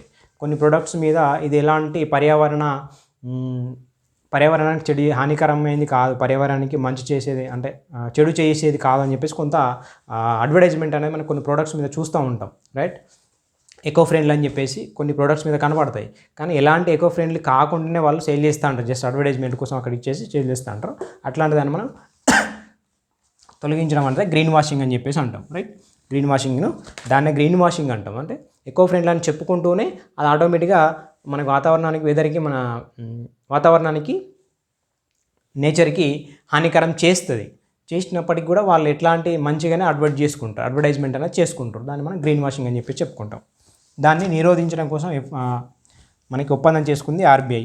ఇది global finance innovation network. Next RBI మీద కమిటీలు అనేవి ఉన్నాయి మనకు. గ్రీన్ వాషింగ్ అంటే ఎకో ఫ్రెండ్లీ అని చెప్పి అవి హానికరమైన అప్పటికి ఎకో ఫ్రెండ్లీ అని చెప్పేసి సేల్ చేస్తూ ఉంటాయి ప్రొడక్ట్స్. రైట్. నెక్స్ట్ ఆర్బీఐ కమిటీలు. ఆర్బీఐ కమిటీలు ఏమనంటే బీపీ కనుంగో కమిటీ, బ్యాంకింగ్ ఖాతాదారుల సేవల్ని మెరుగుపరిచేందుకు. బీపీ కనుంగో కమిటీ గుర్తుపెట్టుకోవాలి. బీపీ కనుంగో ఒకటి. ఇది ఏంటంటే అంటే మనకి బ్యాంకింగ్ ఖాతాదారుల సేవల్ని మెరుగుపరిచేందుకు. నెక్స్ట్ బ్యాంకు మోసాల్లో ఉన్నతాధికారుల పాత్రపై advisory board and banking and financial frauds. దీనికి ఒక టెక్నికల్ నేమ్ ఉన్నది, advisory board for banking and financial frauds సంబంధించి. దీనికి సంబంధించి చైర్మన్ ఏవైతే ఉన్నాడో సివిసి మాజీ చైర్మన్ సురేష్ ఎన్ పటేల్ ఉన్నాడు కదా, సురేష్ ఎన్ పటేలు. దానికి సంబంధించి 2 years పాటు మనకి ఈ కమిటీకి చెప్పిన కదా, ఆ కమిటీకి 2 years పాటు ఉంటాడు. పరిశీలన పరిధి అనేది 30 crores ప్లస్ ఉంటే ఇవి చేస్తాడు అన్నమాట. బ్యాంకింగ్ మోసాలు ఉంటాయి కదా, బ్యాంకింగ్ మోసాలకు సంబంధించిన ఉన్నతాధికారుల యొక్క పాత్ర ఏ విధంగా ఉండాలని చెప్పేసి కమిటీ అనేది టెక్నికల్గా పెట్టడం జరిగింది. ఆ కమిటీ పేరు వచ్చేసి మనకి advisory board and banking and financial frauds chairman. Okay, frauds అట్లా దానికి సంబంధించి చైర్మన్ ఎవరంటే సురేష్ ఎన్ పటేల్. 2 years పాటు ఉంటాడు. బ్యాంకింగ్ మోసాలకు సంబంధించి ఈ అంశానికి సంబంధించి ఆర్బీఐని కమిటీ వేసి చూస్తుంది అన్నమాట బ్యాంకింగ్ మోసాల మీద. Next RBI portals.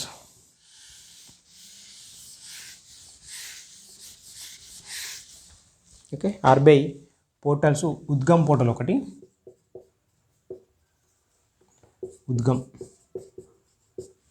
ఈ ఉద్గమ్ పోర్టల్ ఏం చేస్తా అంటే unclaimed deposits gateway to access information. అంటే ఏం లేదు, మనకి డిపాజిట్ చేసుకుంటారు బ్యాంకులో, డిపాజిట్ చేసుకున్నప్పటికీ ఆ డిపాజిట్ ఉన్నదా లేదా అని చెప్పేసి మర్చిపోతారు. అట్లాంటి వాళ్ళని ఐడెంటిఫై చేసి మళ్ళీ వాళ్ళకి ఆ అమౌంట్ అనేది ఇవ్వడం జరుగుతుంది. దీన్ని ఉద్గమ్ పోర్టల్ చూస్తుంది.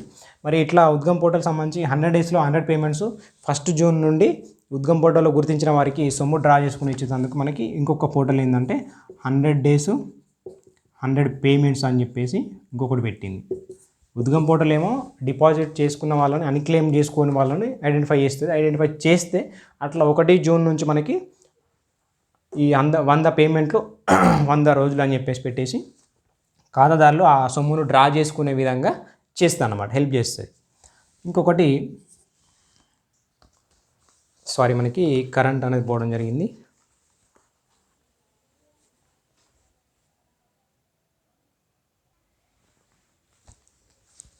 ఓకే, మనకి నెక్స్ట్ అంశం ఏంటంటే మనకి పబ్లిక్ టెక్ ప్లాట్ఫామ్ అని చెప్పేసి ఉంది. Public tech platform. Public tech platform అంటే ఏం లేదు, మనకి ఎవరైతే రుణగ్రహీతలు కావచ్చు లేకుంటే రుణదాతలు కావచ్చు, వీళ్ళ మధ్య ఒక అనుసంధానం చేస్తే ఒక రుణ వితరణకు సంబంధించి ఒక ప్లాట్ఫామ్ అనమాట. ఓకే, అనుసంధానం చేసేది అంటే మనకు జనరల్గా మనకి లోన్లు కావాలని చెప్పేసి అప్పుడప్పుడు ఫోన్లు కానీ మెసేజ్లు కానీ రావడం.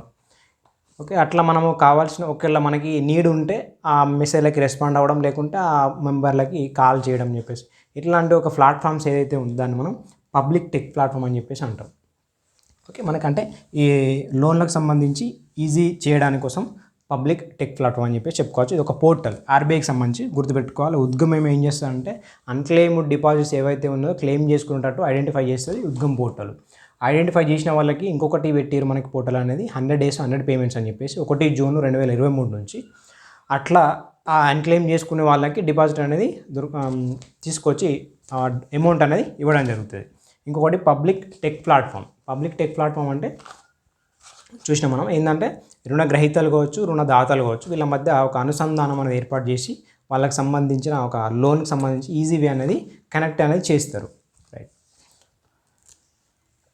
నెక్స్ట్ మానిటరీ పాలసీ గురించి చూస్తాం. ఇప్పుడు మానిటరీ పాలసీ. రైట్, మనకి జనరల్గా మానిటరీ పాలసీ అనేది రెగ్యులర్గా జరుగుతూ ఉంటుంది, ఎవ్రీ 2 months ఒకసారి. ఇప్పుడు మనం చూసేది డిసెంబర్ సంబంధించి డిసెంబర్ 2023 MPC మానిటరీ పాలసీ గురించి. రైట్, ఇక్కడ మనకు జనరల్గా రెపో రేట్ని ఏం చేసిందంటే మార్చలేదు, ఎంత ఉందో అంతే ఉంచింది 6.5%. రెపో రేట్ ఇంతే ఉంచడం వల్ల మనకి ఇక్కడ +2 -2 అని చెప్పేసి 0.25% బేస్ పాయింట్లో ఇది మనకి రెపో రేట్ సంబంధించి అయితే ఇక్కడ మనకి బ్యాంక్ రేట్ అనేది మనకి 6.7%గా పెరిగింది కదా. ఇక్కడ 0.25% అనేది పెడితే బ్యాంక్ రేట్ అనేది మనకి 6.75%గా ఉంటుంది. దీని నుంచి 2.5 ఎక్కువ లేకుంటే 2.5 తక్కువ ఎంత ఉండాలి. Right, next MSF. Okay, MSF అంటే ఏం లేదు, ఇది ఓవర్ నైట్ మనకి సంబంధించి ఓవర్ నైట్లోనే మనకి ఈ డెసిషన్ మేకింగ్ అనేది జరుగుతుంది. దానికి సంబంధించి ఎలాంటి 6.75% అని చెప్పేసి ఎంఎస్ఎఫ్ ఉన్నది. అదేవిధంగా మనకి ఎస్డిఎఫ్. ఈ ఎస్డిఎఫ్ అనేది మనకి 6.25, ఇది స్టాండింగ్ డిపాజిట్ ఫెసిలిటీ. ఈ ఎస్డిఎఫ్ అనేది మనకి రీసెంట్గా 2022లో మనకి రావడం జరిగింది. ఎస్డిఎఫ్ అనేది కొత్త టూల్. రైట్, మనకి దీనికి సంబంధించి రెపో రేట్ 6.5 అయితే రివర్స్ రెపో రేట్ అనేది మనకి 3.35 ఉంది అని చెప్పేసి గుర్తుపెట్టుకోవాలి. సిఆర్ఆర్ క్యాష్ రిజర్వ్ రేషియో మనకి 4.5%. అదేవిధంగా ఎస్ఎల్ఆర్ స్టాట్యుటరీ లిక్విడ్ రేషియో అంటే మనకి బంగారం లాంటి అసెట్స్ పెట్టడం అది మనకి 18% ఉంది. నెక్స్ట్ ద్రవ్యోల్బణం ఇన్ఫ్లేషన్ ఎంత ఉంది అంటే మనకి 5.4% ఉంది. అదేవిధంగా జీడిపిని మనం ఆల్రెడీ చూసినాం, ఆర్బీఐ ఎంత అన్నదంటే 7% అని చెప్పేసి చెప్పింది. అదేవిధంగా ఇది ఇంకొకటి న్యూ ఐసిఆర్ఆర్, ఇది ఏంటంటే incremental CRR incremental cash reserve ratio. ఇది మనకి 10% అనమాట. ఇది 10% ఉంది. ఇక్కడ మనకి సిఆర్ఆర్ అంటే తెలుసు మనకి క్యాష్ రిజర్వ్ రేషియో అంటే మన దగ్గర బ్యాంకుల దగ్గర ఉన్న అమౌంట్ పూర్తిగా వాళ్ళ దగ్గర ఉంచుకోకుండా కొంతవరకు ఆర్బీఐ దగ్గర ఉంచాలి. అది 4.5% అని. ఒక 100 రూపాయలు ఉంటే మనకి 4.5% ఆర్బీఐ దగ్గర పెట్టి మనకి లోన్ అనేది మనకి ఇవ్వాలి. దాన్ని మనం క్యాష్ రిజర్వ్ రేషియో అంటాం. ఇక్కడ మనకి ఇంక్రిమెంటల్ క్యాష్ రిజర్వ్ రేషియో అంటే ఇటీవల మనకి 2000 నోటు అనేది మనకి విత్డ్రాల్ చేసుకున్నది బ్యాంకులు. ఆ సొమ్ము అంతా బ్యాంకుల దగ్గర ఉండిపోయింది కదా. అట్లా ఈ అమౌంట్ అనేది ఎక్కువ అయిపోయింది బ్యాంకుల దగ్గర కాబట్టి ఈ కొత్త టూల్ పెట్టి ఇంక్రిమెంటల్ క్యాష్ రిజర్వ్ రేషియో అని పెట్టేసి 10% ఈ ఆర్బీఐ దగ్గర పెట్టాల్సి ఉంటుంది. ఇది మనకి కొత్త టూల్ ఐసిఆర్ఆర్, అది మనం గుర్తుపెట్టుకోవాలి. ఎందుకంటే అధిక సొమ్మును పీల్చుకోవడం కోసం, ఓకే, మార్కెట్లో బ్యాంకుల్లో ఉన్న పెరిగిన నగదును పీల్చుకోవడం కోసం పెట్టిన టూలే మనకి ఐసిఆర్ఆర్. ఇంపార్టెంట్, అది గుర్తుపెట్టుకోవాలి. యూపీఐ పరిమితి మనకి ఆసుపత్రికి కానీ విద్యా సంస్థలకు కానీ ఒక 5 లక్షలు అనేది పెట్టింది యూపీఐకి సంబంధించి, యూనిఫైడ్ పేమెంట్ సంబంధించి. నెక్స్ట్ యూపీఐ లైట్ పేమెంట్ అనేది 200 నుంచి మనకి యూపీఐ లైట్ పేమెంట్ అనేది 200 నుంచి 500 అనేది పెంచడం జరిగింది. 500 ఓకే. వన్ టైం ట్రాన్సాక్షన్ అనేది 200 నుంచి మనకి 500 పెంచడం జరిగింది. అది గుర్తుపెట్టుకోవాలి మానిటరీ పాలసీ సంబంధించి. Next open market.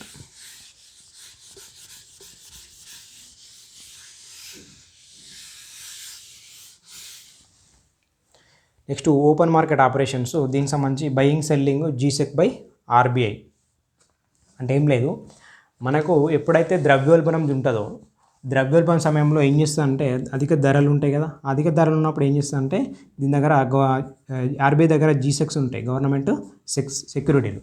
ఆ సెక్యూరిటీలు అమ్మేస్తుంది, మార్కెట్లోకి అమ్ముతుంది. అమ్మడం ద్వారా ఏమవుతుంది, దీని దగ్గర నుంచి ఆటోమేటిక్గా ఆర్బీఐ దగ్గరికి అమౌంట్ అనేది వస్తుంది, డబ్బులు అనేది వస్తాయి. అప్పుడు మార్కెట్లో ఉన్న కరెన్సీ అనేది ఆర్బీఐ దగ్గరికి వెళ్తుంది. అట్లా ఇన్ఫ్లేషన్ని తగ్గించడం కోసం ద్రవ్యోల్బణం ఉన్నప్పుడేమో జీసెక్స్ అమ్ముతుంది, ప్రతి ద్రవ్యోల్బణం ఉన్నప్పుడేమో జీసెక్స్ని కొంటుంది. ఓకే, కొనడం ద్వారా అమౌంట్ అనేది మళ్ళీ మార్కెట్లోకి వెళ్తుంది, కరెన్సీ అనేది. రైట్, మూలధనం.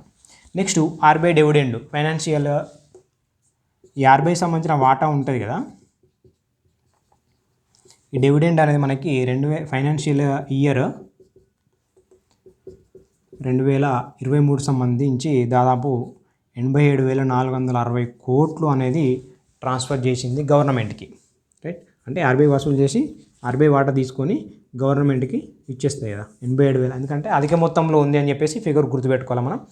ఇది ఇట్లాంటిది మనకి ఇంత అమౌంట్ ఇచ్చింది కదా, ఈ అమౌంట్ను కొంత ఆర్బీఐ కూడా మనం ఆర్బీఐ దగ్గర కూడా పెట్టుకోవాలి. అది ఎంత అంటే 6% అని చెప్పేసి మనకు బిమల్ జల్ కమిటీ సిఫార్సు చేస్తుంది. ఓకే, పూర్తిగా ఇట్లాంటి అమౌంట్ని, ఈ డివిడెండ్ని పూర్తిగా గవర్నమెంట్ ఆఫ్ ఇండియాకి ఇవ్వకుండా కొంత 6% అనేది బిమల్ జల్ కమిటీ మీ దగ్గర పెట్టుకోవాలి, ఆర్బీఐ దగ్గర పెట్టుకోవాలని చెప్పేసి మనకి సిఫార్సు చేయడం జరుగుతుంది. అందులో భాగంగానే అంటే ఇంత ఇయ్యంగా ఇంకా 6% అనేది పెట్టుకున్నది, అంటే అధిక మొత్తంలోనే ఉంది అని చెప్పేసి మనం గుర్తుపెట్టుకోవచ్చు. నెక్స్ట్ ఎస్బీఐ, బ్యాంకింగ్లో భాగంగా ఎస్బీఐ. రైట్, మనకి ఎస్బీఐ ఎండీగా మనకి వినయ్ టోన్సే, ఎస్బీఐ ఎండి వినయ్ టోన్సే అని చెప్పేసి గుర్తుపెట్టుకోవాలి.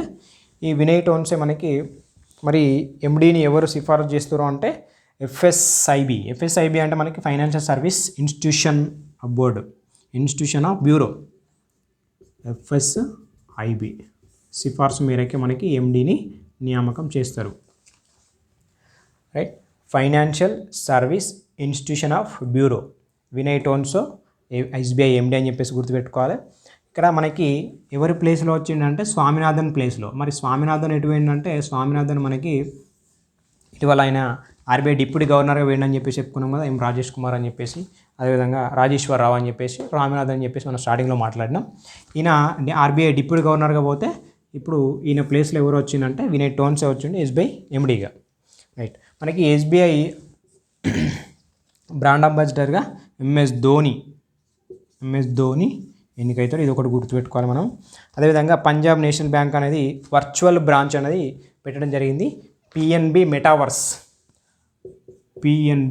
పంజాబ్ నేషనల్ బ్యాంకు మెటావర్స్ అని చెప్పేసి వరల్డ్లోనే ఫస్ట్ టైము స్టార్ట్ చేయడం జరిగింది. మనకి వర్చువల్ బ్యాంకును ప్రారంభించిన first bank, virtual branch Punjab national bank అనేది మెటావర్స్లో వర్చువల్ బ్రాంచ్ అనేది స్టార్ట్ చేయడం జరిగింది అని చెప్పేసి గుర్తుపెట్టుకోవాలి. నెక్స్ట్ కోఆపరేటివ్ బ్యాంక్స్ అనేది మనకి స్టేట్ కోఆపరేటివ్ బ్యాంక్స్ అని, డిస్ట్రిక్ట్ కోఆపరేటివ్ బ్యాంక్స్ అని, నెక్స్ట్ విలేజ్ లెవెల్లో ప్యాక్స్ అని చెప్పేసి ఉంటాయి మనకి, ప్రైమరీ అగ్రికల్చర్ కోఆపరేటివ్ సొసైటీస్ అని చెప్పేసి. ఇవన్నీ మనకు కోఆపరేటివ్ సొసైటీ సంబంధించి. అట్లాంటి ఈ 63,000 బ్యాంకులను మనకి కంప్యూటరీకరణ అనేది చేయడం జరిగింది.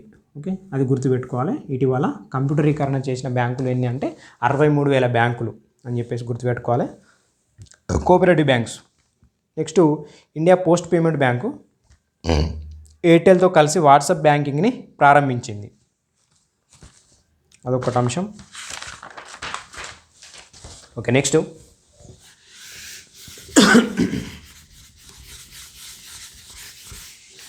ఒక నెక్స్ట్ అంశం వచ్చేసి డిజిటల్ బ్యాంకింగ్. మనకు డిజిటల్ బ్యాంకింగ్ అంటే మనం చేస్తాం కదా, ఫోన్పేలు కానీ, గూగుల్ పేలు కానీ, పేటిఎంలు కానీ, ఇట్లాంటి మనకి యూపీఐ ద్వారా చేస్తాం. ఇది మనకి ఈ డిజిటల్ బ్యాంకింగ్ అని చెప్పేసి అనొచ్చు. ఈ యూపీఐ సంబంధించి యూపీఐని ఎవరు చేస్తారంటే బై ఎన్పిఐ అంటే national payment of corporation of India చేస్తుంది యూపీఐకి సంబంధించి. రైట్. నెక్స్ట్ ఈ UPI ATM Hitachi payment service Japan సహకారంతో సంబంధించి. Hitachi payment first UPI ATM ఏంటంటే Hitachi payment services. First UPI payment ATM ఎక్కడ ఏది అంటే హిటాచి పేమెంట్ సర్వీసెస్తో జపాన్ సహకారంతో స్టార్ట్ చేయడం జరిగింది డిజిటల్ బ్యాంకింగ్లో భాగంగా. నెక్స్ట్ మనకి యూపీఐ ట్రాన్సాక్షన్ రికార్డ్ అనేది మనకి ఆగస్ట్ 23లో 1000 కోట్లు లేదా 10 బిలియన్లు అని చెప్పేసి గుర్తుపెట్టుకోవాలి. ఫస్ట్ టైం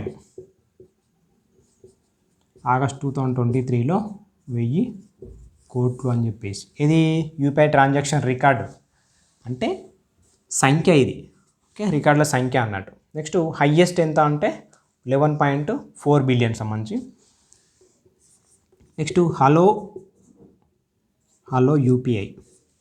ఈ హలో యూపీఐ అనేది హిందీ అండ్ ఇంగ్లీష్లో వాయిస్ యాక్టివేటెడ్ పేమెంట్స్ అంటే మనం వాయిస్ ద్వారానే ట్రాన్సాక్షన్ చేసుకునే ఫెసిలిటీ అనమాట hello UPI. Next bill pay connect. Bill pay connect అనేది conversational bill payments through chat అంటే మనకి చాట్ ద్వారానే మనకి పేమెంట్ అనేది చేసుకోవచ్చు అని చెప్పేసి. రైట్, ఇట్లా చాట్ ద్వారానే. అదేవిధంగా యూపీఐ చెలేగా 3.1 అంటే యూపీఐ సేఫ్టీ అవేర్నెస్ కోసం క్యాంపెయిన్ చేయడం. యూపీఐ చెలేగా ఇది క్యాంపెయిన్, అవేర్నెస్ కోసం క్యాంపెయిన్ అనమాట. ఇట్లా ఈ డిజిటల్ బ్యాంకింగ్లో భాగంగా first UPI ATM first time record ఏంటంటే 1000 కోట్లకు సంబంధించి.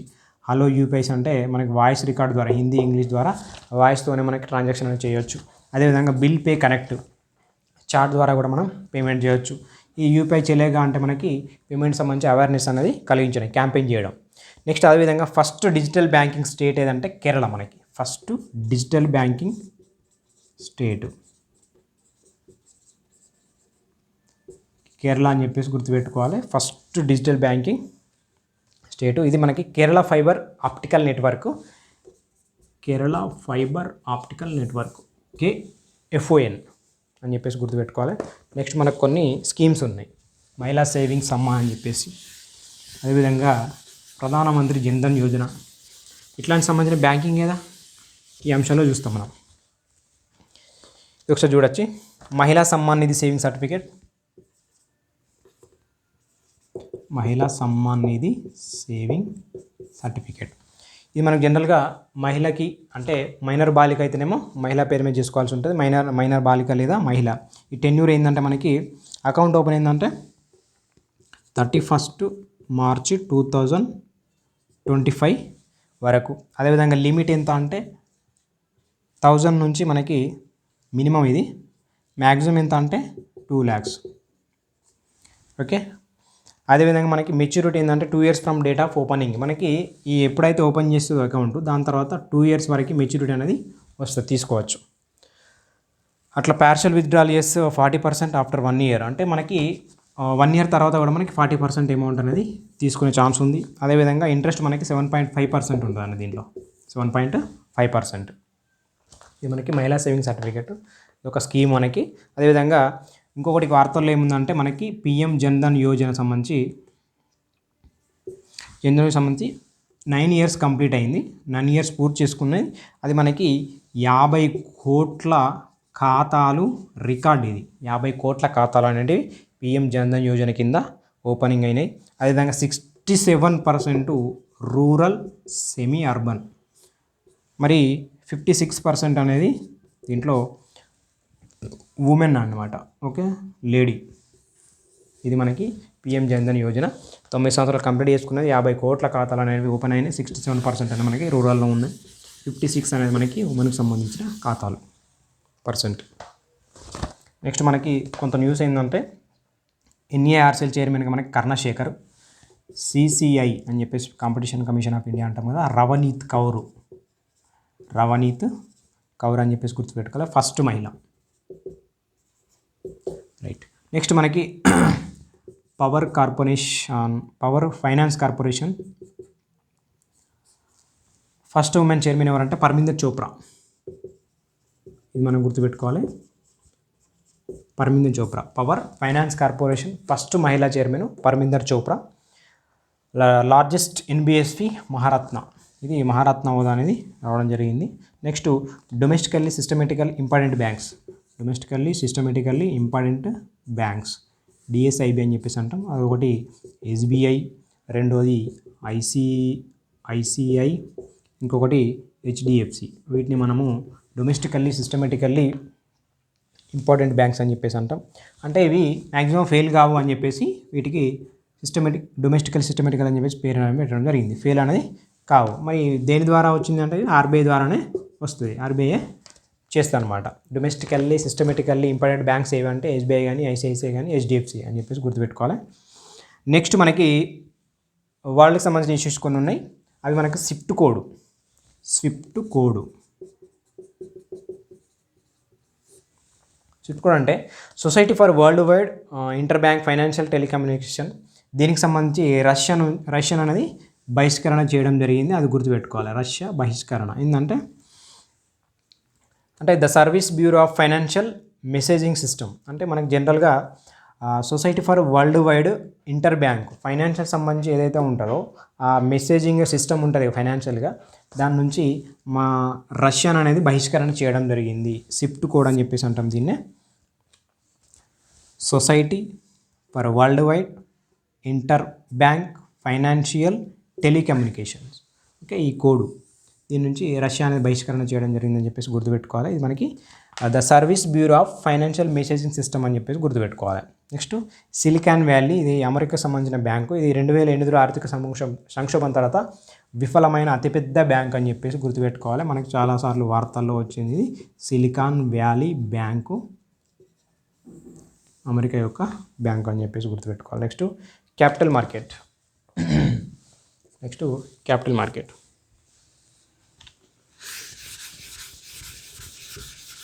ఓకే, క్యాపిటల్ మార్కెట్ను మనకి రెగ్యులేట్ చేసేది ఎవరంటే సెబీ. క్యాపిటల్ మార్కెట్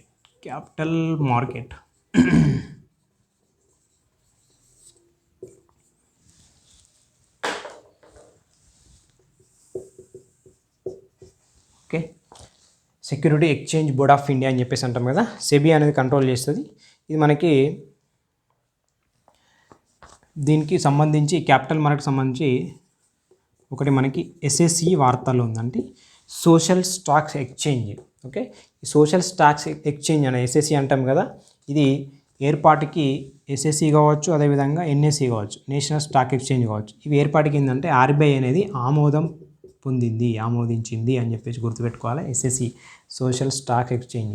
ఈ ఎస్ఎస్సి అంటే ఏదంటే మనకి జనరల్గా సోషల్ సర్వీస్ చేసే సంబంధించిన సంస్థలు కావచ్చు, అదేవిధంగా లాభాపేక్ష లేకుండా నడిపే సంస్థలు కావచ్చు, వీటికి సంబంధించి నిధులు సమకూర్చేందుకు మనకి ఈ సోషల్ స్టాక్ ఎక్స్చేంజ్ అని చెప్పేసి ఏర్పాటు చేయడం జరిగింది. దానికి సంబంధించి కమిటీ ఏంటంటే ఇషాన్ ఉస్సేత్, హర్ష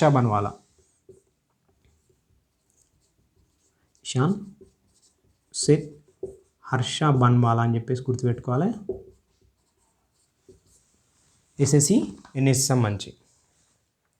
నెక్స్ట్ ఎస్ఎస్సిలో లిస్ట్ చేయబడ్డ ఫస్ట్ సంస్థ ఏంటంటే ఉన్నతి అని చెప్పేసి గుర్తుపెట్టుకోవాలి. ఉన్నతి ఎస్ఎస్సిలో ఫస్ట్ లిస్ట్ చేయబడ్డ సంస్థ. అదేవిధంగా ఈ ఎస్ఎస్సి చైర్మన్ ఎవరంటే Pramod Agarwal.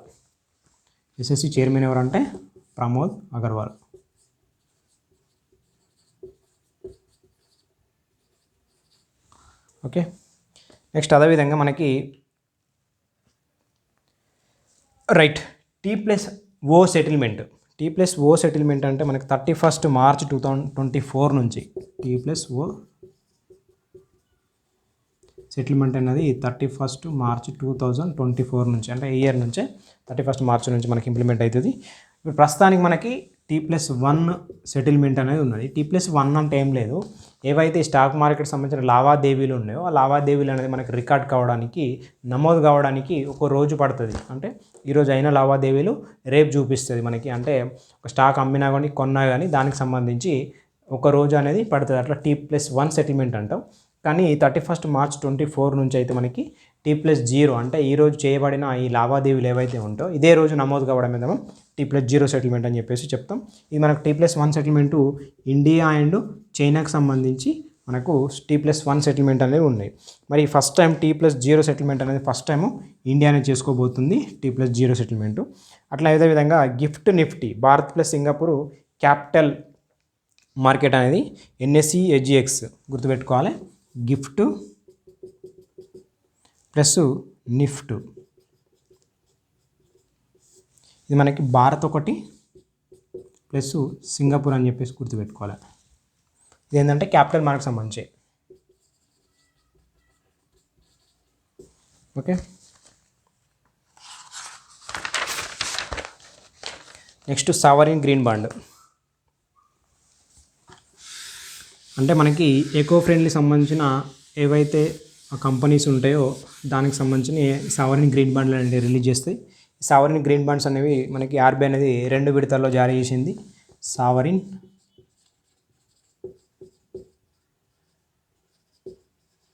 Green bond RBI మనకి జనవరిలో అదేవిధంగా ఫిబ్రవరిలో. ఈ అమలు చేసే ఏజెన్సీ ఏంటంటే గ్రీన్ ఫైనాన్స్ వర్కింగ్ కమిటీ.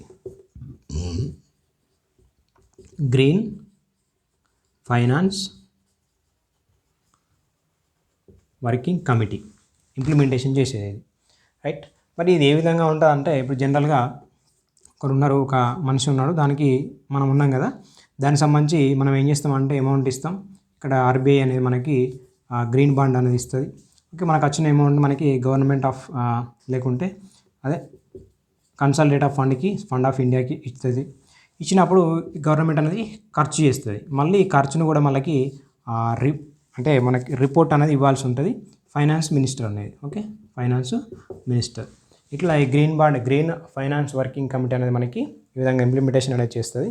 అది గుర్తుపెట్టుకోవాలి ఒకటి. Next first green bond municipal corporation ఏదంటే గుర్తుపెట్టుకోవాలి, ఇండోరు.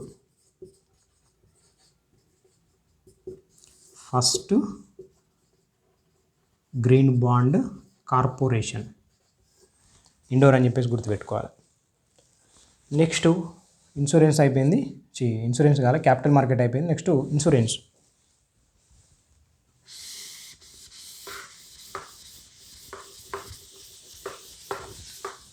ఓకే,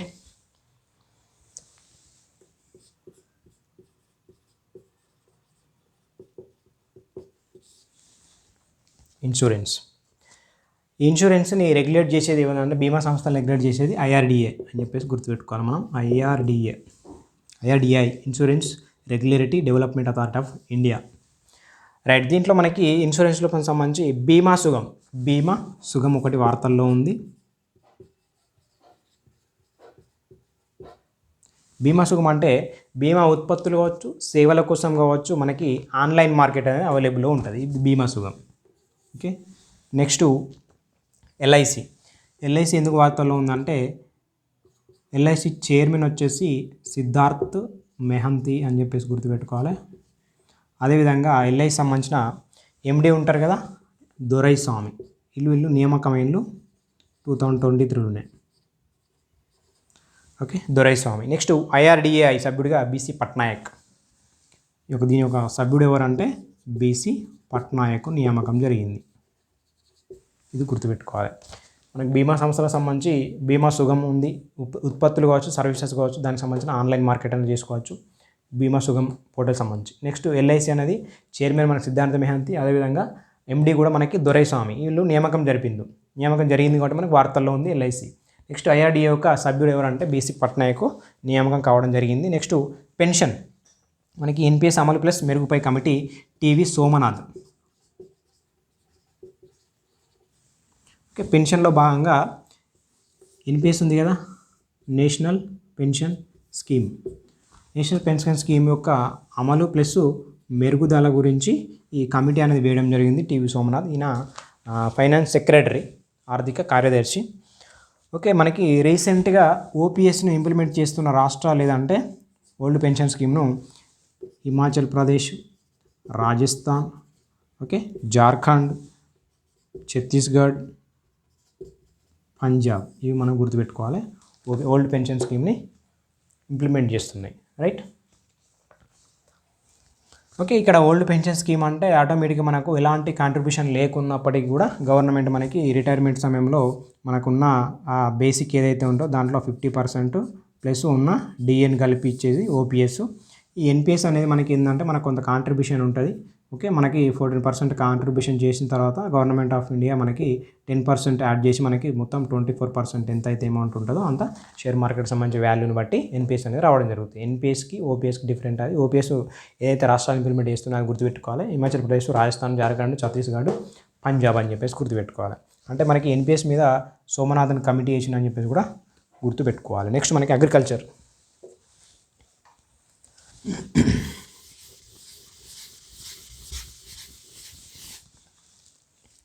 రైట్,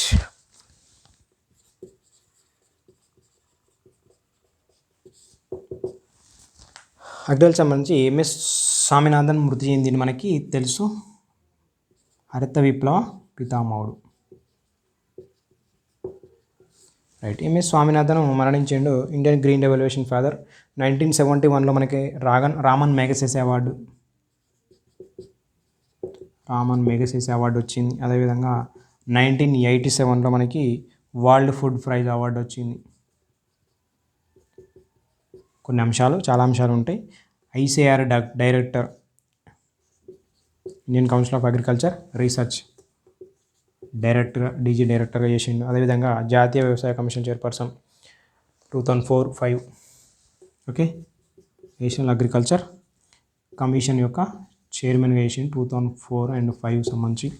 అదేవిధంగా ఆర్ఎస్ ఎంపీ నామినేటెడ్గా, ఓకే, అంటే రాజ్యసభ ఎంపీగా కూడా చేసిండు మనకి 2007-2013. Next Indian rice institute of ఇండియాకి మనకి డీజీగా చేసిండు. ఓకే, ఇలాంటి చాలా అంశాలు మనకి ఎంఎస్ స్వామినాథన్ గురించి ఉన్నాయి. అది మనం చూసుకోవాలి ఒకసారి. అదేవిధంగా జూట్ బ్యాగ్స్ ప్యాకింగ్ మనకి జూట్ ఇయర్గా జూలై 23 నుంచి జూన్ 2024 వరకు, 2023 నుంచి జూలై 24 వరకు జూట్ ఇయర్గా మనం అనౌన్స్ చేసుకోవడం జరిగింది. మనకి 100% ఫుడ్ గ్రెయిన్స్ అనేది జూట్ బ్యాగ్స్ వాడాలి, 20% అనేది షుగర్. నెక్స్ట్ ఎంజీఎన్ఆర్ఎస్ మహిళా భాగస్వామ్యం అనేది మనకి 23-24లో భాగంగా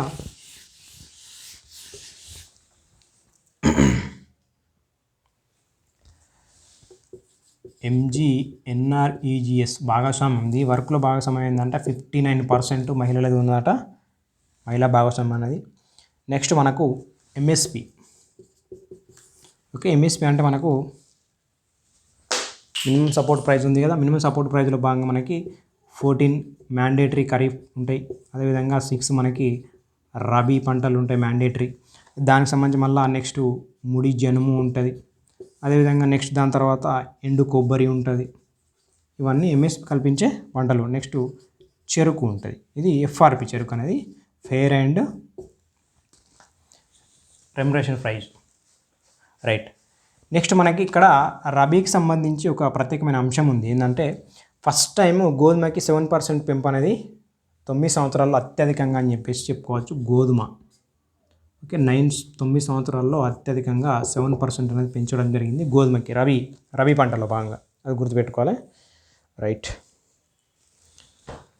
ఇక్కడ ముడి జనుము అంటే మనకి 300 పెంచిళ్ళు. మనకి ఎండు కొబ్బరికి 250 నుంచి 300 చేసిండు, గుర్తుపెట్టుకోవాలి, రైట్. ఇది మనకి ఎంఎస్పికి సంబంధించి మనకు సిఏసిపి అనేది మనకి సిఫార్సు చేస్తే CCA cabinet committee on economic affairs అనేది ఇంప్లిమెంట్ చేస్తుంది. ఇది గుర్తుపెట్టుకోవాలి, రైట్. నెక్స్ట్ దీని మీద మనకి ఈ ఎంఎస్పి ఎఫెక్ట్గా ఎట్లా అమలు చేయాలి దాని మీద మనకు సంజయ్ అగర్వాల్ కమిటీ అనేది ఏర్పాటు చేయడం జరిగింది. సంజయ్ అగర్వాల్.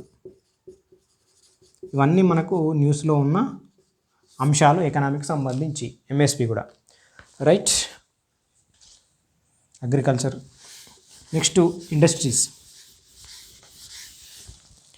ఓకే, ఇండస్ట్రీ సంబంధించి ఫస్ట్ మినీరత్న. మనము ఇండస్ట్రీ చూస్తాం. మినీరత్న మనము ఇండస్ట్రియల్ సెక్టార్లో భాగంగా ఇవన్నీ చూస్తామండి రెగ్యులర్ క్లాస్లో భాగంగా. మనము ఫస్ట్ ఇప్పుడైతే మనకు నేషనల్ ఇన్కమ్, పబ్లిక్ ఫైనాన్స్, అదేవిధంగా ఫారెన్ ట్రేడ్ కూడా ఆల్మోస్ట్ అయిపోయింది. ఇవన్నీ ఆ తర్వాత మనం లేదా ఇండస్ట్రియల్ లేదా అగ్రికల్చర్ అనేది టాపిక్ చూస్తాం రెగ్యులర్ క్లాస్లో. మీరు ఫాలో కావచ్చు ధృవ స్టడీ సర్కిల్ని. రైట్, మనం ఇండియన్ ఎకనామీ పట్టినామంటే ఖచ్చితంగా దాన్ని కంప్లీట్ చేసిన తర్వాత నెక్స్ట్ మిగతా పార్ట్కి అనేది వెళ్ళిపోతాం మనం. రైట్, ఇప్పుడు మనకి మినీరత్న 1 అనేది దేనికి వచ్చిందంటే social energy corporation of India, సౌర రంగానికి ఏకైక పిఎస్ఓ. మనకి ఏం గుర్తుపెట్టుకోవాలంటే social energy corporation of India అని చెప్పేసి గుర్తుపెట్టుకోవాలి. నెక్స్ట్ మనకు సౌరశక్తి రంగానికి ఏకైక పిఎస్ఓ. నవరత్న వచ్చింది ఏంటంటే నవరత్న. ఇవన్నీ మనము ఇండస్ట్రియల్ సెక్టార్లో భాగంగా చూస్తాం. నవరత్న 16th 16వది RITES అని చెప్పేసి గుర్తుపెట్టుకోవాలి. 15 ఏది ఉందంటే మనకి IRCON, ఈ ఇంటర్నేషనల్ సంబంధించి. ఇది రైల్వే మంత్రి శాఖల పరిధిలో ప్రభుత్వ రంగ సంస్థలు, రైల్వే శాఖ సంబంధించి ప్రభుత్వ రంగ సంస్థలు. ఈ RITES కావచ్చు, లేకుంటే IRCON ఇంటర్నేషనల్ కావచ్చు. నెక్స్ట్ మహారత్న. ఇక్కడ మినీరత్న అనేది సోషల్ ఎనర్జీ కార్పొరేషన్ సంబంధించి, సోలార్ సంబంధించి. నవరత్న అనేది RITES ఒకటి, IRCON ఒకటి, ఇవి రైల్వేకి సంబంధించినవి. నెక్స్ట్ మహారత్న. ఓకే, మహారత్న సంబంధించి 13th వచ్చేసి ఆయిల్ ఇండియా. నెక్స్ట్ వచ్చేసి 12th వచ్చేసి మనకి REC. ఓకే, ఇది అంతకుముందు ఉండే మనకి REC 2023లో వచ్చింది REC. Miniratna, Navratna, Maharatna. Maharatna oil India, REC. Navratna వచ్చేసి RITES, IRCON. మినీరత్న వచ్చేసి social energy corporation of India. Okay, ఇవన్నీ మనము ఒకసారి చూసుకోవాలి. మన PDF కూడా మన గ్రూప్లో పోస్ట్ చేశాను. ఒకదాని తర్వాత ఒకటి ఆర్డర్లో మనం చూస్తున్నాం టాపిక్ వైజ్గా. నెక్స్ట్ ఇక్కడ మన గిగ్ వర్కర్స్ కోసం సంక్షేమ బోర్డు ఫస్ట్ రాజస్థాన్ ఏర్పాటు చేసిందండి. గిగ్ వర్కర్స్ అంటే తెలుసు మనకి, పార్ట్ టైం వర్కర్స్ ఎవరైతే ఉంటారో, పార్ట్ టైం జాబర్స్, ఫ్లిప్కార్ట్ కానీ అమెజాన్ కానీ ఇట్లాంటి వర్కర్స్ మనకు ఉంటారు కదా, ఎంప్లాయీస్, వాళ్ళని మనం గిగ్ వర్కర్స్ అంటాం. దానికోసం సంక్షేమ బోర్డు అనేది ఫస్ట్ రాజస్థాన్ ఏర్పాటు చేసింది. దాని తర్వాత తమిళనాడు కూడా ఏర్పాటు చేసింది. రాజస్థాన్ ఇటీవల చాలా అంశాలు చేసింది. రైట్ టు హెల్త్ అనేది యాక్ట్ చేసింది. ఓకే, రైట్ టు వర్క్ అని చెప్పేసి దానికి సంబంధించిన ఇది మనకి గిగ్ వర్కర్స్ కోసం కూడా సంక్షేమ బోర్డు ఏర్పాటు చేసింది. నెక్స్ట్ మనకి ఓకే 2023 సంబంధించి ఫస్ట్ యూనికార్న్ సంస్థ ఏదంటే మనకి జెప్టో. ఓకే, యూనికార్న్ సంస్థ అంటే మనకు రెగ్యులర్ క్లాసులు చూస్తాం ఏంటంటే కొన్ని టర్నోవర్స్ కావచ్చు, ఓకే, ఇయర్ వైజ్గా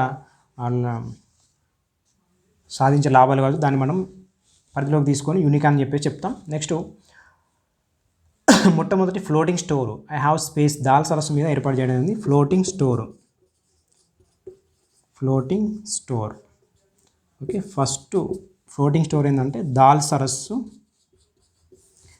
సరస్సు మీద మనకి అమెజాన్ ఇండియా ఏర్పాటు చేయడం జరిగింది. Amazon India. Okay, next MSME. Okay, MSME మనకి కొన్ని వార్తల్లో ఉన్నాయి. ఏంటంటే ఈ ఉద్యమ్ పోర్టల్ కావచ్చు, MSMEకి సంబంధించి ఉద్యమ్ పోర్టల్ అయితే మనకి ఏంటంటే రిజిస్ట్రేషన్ చేసుకోవడానికి ఉద్యమ్ పోర్టల్ అనేది MSMEకి సంబంధించి రిజిస్ట్రేషన్ చేసుకోవడానికి ఉపయోగపడుతుంది. అదేవిధంగా ఈ ఛాంపియన్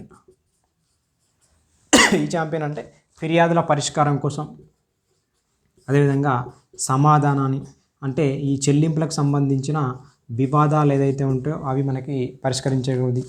నెక్స్ట్ ర్యాంప్ అనేది మనకి వరల్డ్ బ్యాంక్ హెల్ప్ చేస్తుంది ర్యాంప్కి సంబంధించి. అదేవిధంగా జెడ్ అనే ఉత్పత్తుల నాణ్యత సర్టిఫికెట్, ఇట్లాంటి సంబంధించిన MSMEకి సంబంధించిన కొన్ని అంశాలు వార్తల్లో ఉన్నాయి మనకి. MSME కాంపిటేటివ్ లేన్ స్కీమ్, భారతదేశంలో MSMEలకు ప్రపంచ పోటీతత్వంపై రోడ్ మ్యాప్ అందించడం, ఇది MSME.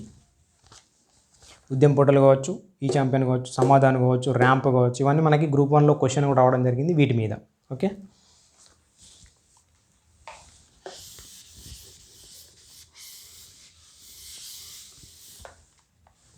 రైట్. నెక్స్ట్ ఇండస్ట్రీస్ అయిపోయింది. పాపులేషన్.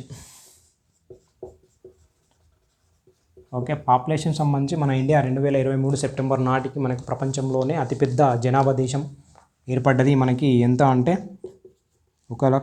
మనకి 1428 మిలియన్లు అని చెప్పేసి గుర్తుపెట్టుకోవాలి. అంటే 142 కోట్లు అని చెప్పేసి గుర్తుపెట్టుకోవాలి. దాంట్లో భాగంగా మనకి చైనా ఎంత ఉందంటే 425 మిలియన్స్ అని చెప్పేసి గుర్తుపెట్టుకోవాలి. ఇది ఇండియాది, ఇది చైనాకి సంబంధించి మిలియన్స్ జనాభా. మా థర్డ్ ప్లేస్లో ఏది ఉందంటే యుఎస్ఏ. ఫోర్త్ ప్లేస్లో ఇండోనేషియా ఉంటుంది. ఓకే, ఫిఫ్త్ ప్లేస్లో మనకి Pakistan. First India, second China, third USA, fourth Indonesia, fourth Pakistan. Next ఇది మనకి ఏజ్ పరంగా చూస్తే మనకి వరల్డ్ వైజ్ అయితేనేమో 8 మిలియన్లు అని చెప్పేసి గుర్తుపెట్టుకోవాలి. World wise 8045 millions. ఓకే, మనకి 15 నుంచి 64 ఇయర్స్ వరకు మన పర్సంటేజ్ ఎంత అంటే 65% ఉన్నారు. మనకి డివిడెండ్ అని చెప్పేసి అంటాం. జనాభా డివిడెండ్, పాపులేషన్ డివిడెండ్ లేదా డెమోగ్రఫీ డివిడెండ్ అని చెప్పేసి అంటాం. 10 to 24 అయితేనే మనకి 24% జనాభా ఉంది. అదేవిధంగా 65 ఏజ్ వాళ్ళు 10% ఉన్నారు.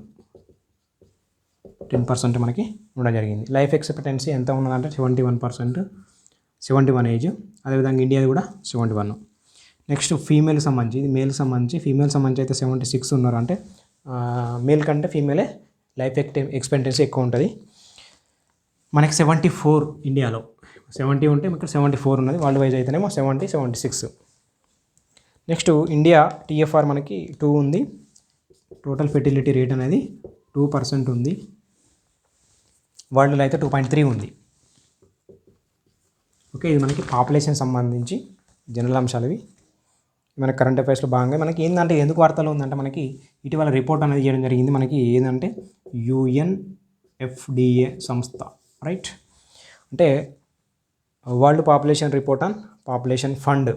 ఓకే, ఈ రిపోర్ట్ నేమ్ వచ్చేసి 8 billion lives infinitive possibilities the case of rights and choice అని చెప్పేసి మనకి రిపోర్ట్ నేమ్. ఇది ఏంటిది?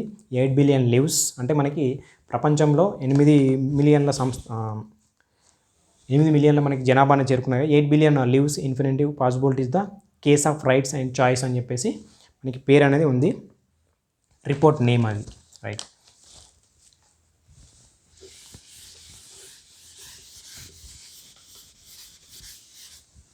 Okay, next foreign trade.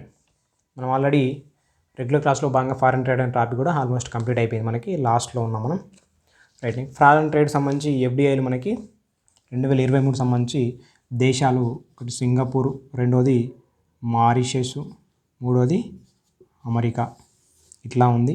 రాష్ట్రాలు అయితేనేమో మనకి ఎఫ్డిఐలో ముందస్తు ఏమున్నాయంటే మహారాష్ట్ర, కర్ణాటక, ఢిల్లీ అని చెప్పేసి గుర్తుపెట్టుకోవాలి. సింగపూరు, మారిషస్, అమెరికా ఎఫ్డిఐకి సంబంధించి. అంతరిక్షంలో FDI 100% government. Okay, onion exports పై నిషేధము 31 మార్చ్ 2024 నుంచి విధించిందని చెప్పేసి గుర్తుపెట్టుకోవాలి. 31 March 2024. Next foreign trade policy 2023. మనం రెగ్యులర్ క్లాస్లో కంప్లీట్గా ఈ 2023 ఫారిన్ ట్రేడ్ ఎఫ్టీపీని చూడడం జరిగింది.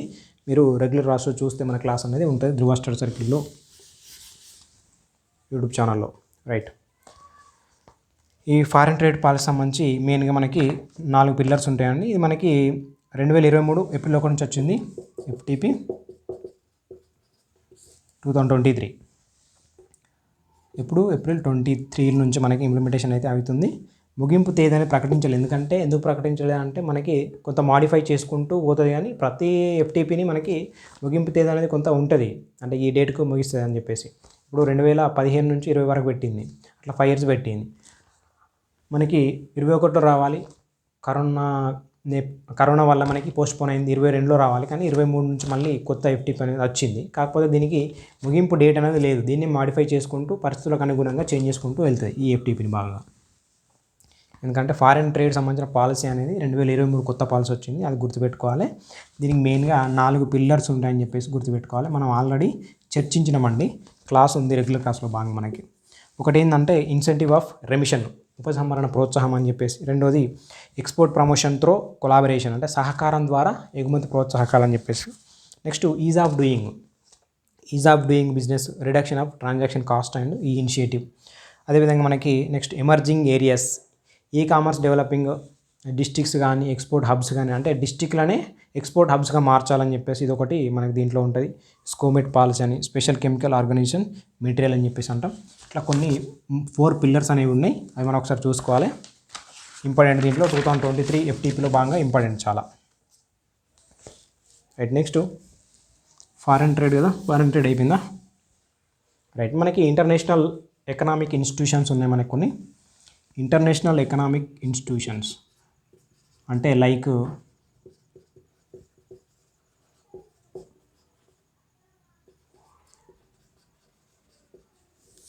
ఒకటి ఏంటంటే IMF వార్తల్లో ఉంది. మనకు రీసెంట్గా క్లాస్ అనేది చేసుకోవడం జరిగింది IMF గురించి. రైట్, IBRD క్లాస్ కూడా చేసిన, మనం అది చేయాల్సి ఉంది.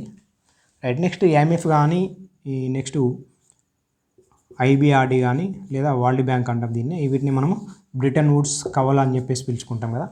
ఈ IMF సంబంధించిన కోటా 50% పెంచి ఎగ్జిక్యూటివ్ బోర్డు ఆమోదం, దీన్ని బోర్డ్ ఆఫ్ గవర్నర్ ఆమోదిస్తే అమల్లోకి వస్తుంది. ఏంటంటే IMF యొక్క కోటా అనేది 50% పెంచడం జరిగింది. ఇండియా కోటా అనేది మనకి IMFలో భాగంగా మనకి 2.75% ఉంది. ఎంత అంటే 8th ప్లేస్లో భాగంగా ఫస్ట్ USA ఉంటుందండి. ఫస్ట్ అనేది USA ఉంటుంది. అమెరికా వాటానే ఎక్కువ ఉంటుంది మనకి. SDRలో భాగంగా కూడా 41% ఉంటుంది కదా SDRలో. అదేవిధంగా మన కోటా ఆర్ డినామినేటెడ్ బై SDRలో భాగంగా మనకి ఏముంటుంది అంటే USA డాలర్ ఉంటుంది. అదేవిధంగా జపాన్ యెన్ ఉంటుంది. ఓకే, యూరోపియన్ యూనియన్ యూరో ఉంటుంది. అదేవిధంగా మనకి రెన్మింబి అనేది చైనాది ఉంటుంది. దీన్ని మనం యువాన్ కూడా అంటాం, చైనాది ఉంటుంది. ఇంకొకటి ఏంటంటే మనకి అంతే యుఎస్ది ఒకటి, బ్రిటన్ పౌండ్ ఉంటుంది. మనం ఆల్రెడీ క్లాస్ చేసినాము SDR గురించి. Okay, USA dollar, Japan yen, euro yuan, euro, అదేవిధంగా రెన్బి చైనా, అదేవిధంగా పౌండ్ బ్రిటన్ సంబంధించి ఇవన్నిటి బాస్కెట్ మనకు SDR అని చెప్పేసి అంటాం. స్పెషల్ డ్రాయింగ్ రైట్స్ అని చెప్పేసి మాట్లాడుకుంటాం. మనకి సంబంధించి ఓకే, ఇది మనకి వార్తల్లో ఉంది. ఎందుకు వార్తల్లో ఉందంటే 50% అనేది మన వాటా అనేది పెంచాలని చెప్పేసి బోర్డు అనేది ఆమోదించింది. ఎగ్జిక్యూటివ్ బోర్డు అని చెప్పేసి మాట్లాడినాం. 24 దేశాలకు సంబంధించిన ఎగ్జిక్యూటివ్ బోర్డు ఉంటుంది. దాంట్లో మెయిన్ 8 ఉంటాయని చెప్పేసి కూడా మాట్లాడినా మనం రెగ్యులర్ క్లాస్లో భాగంగా. నెక్స్ట్ మనకి వరల్డ్ బ్యాంక్ యొక్క అధ్యక్షుడు మనకి 14th అధ్యక్షుడిగా అజయ్ బంగా మనకు రావడం జరిగింది. ఇండో అమెరికన్ వ్యక్తి అజయ్ బంగా వరల్డ్ బ్యాంకు ప్రెసిడెంట్గా. రైట్, సో మనకి ఈ తమిళనాడు సంబంధించిన USD 300 మిలియన్స్ మరి అర్బన్ వాటర్ సివేజ్ సిస్టమ్, అదేవిధంగా checking USD 100 millions skill development employment. ఇది మనకు వరల్డ్ బ్యాంక్ సంబంధించి అజయ్ బంగా 14th ప్రెసిడెంట్ అని చెప్పేసి గుర్తుపెట్టుకోవాలి. నెక్స్ట్ ADB బ్యాంక్ మనకు మనీలలో ఉంటాయి కదా. నెక్స్ట్ ఇండియా లోన్ అనేది $400 మిలియన్ అనేది ఉంది మనకి. ఇండియన్ లోను $400 మిలియన్ అని చెప్పేసి గుర్తుపెట్టుకోవాలి. Next first overseas office Abu Dhabi, ఏంది AIIB బ్యాంక్ సంబంధించి ఫస్ట్ ఓవర్సీస్ ఆఫీస్ అబుదాబి అని చెప్పేసి గుర్తుపెట్టుకోవాలి. AII బ్యాంక్ సంబంధించి ఇది బీజింగ్లో ఉంటుంది మనకి, హెడ్ క్వార్టర్ వచ్చేసి Beijing. Next NDB president Dilma Rousseff కదా. NDB national development bank Dilma Rousseff మనకి కరెంట్ అఫైర్స్. ఇది భారత ప్రాంతీయ కార్యాలయం గిఫ్ట్ సిటీలో ఉంది మనకి. దీనికి సంబంధించి గిఫ్ట్ సిటీ మనకి గుజరాత్ ఉంటుంది. గిఫ్ట్ సిటీ చైర్మన్గా మనకు హస్ముఖ్ అదియా కూడా వచ్చిండు. కరెంట్ అఫైర్స్లో భాగమే Hasmukh Adhia. GIFT city chairman ఎవరంటే హస్ముఖ్ అదియా అని చెప్పేసి గుర్తుపెట్టుకోవాలి. Next Taraima Hamid NDB director board సభ్యురాలుగా అరబ్ మహిళ ఫస్ట్ టైం ఎన్నికైంది. తరైమా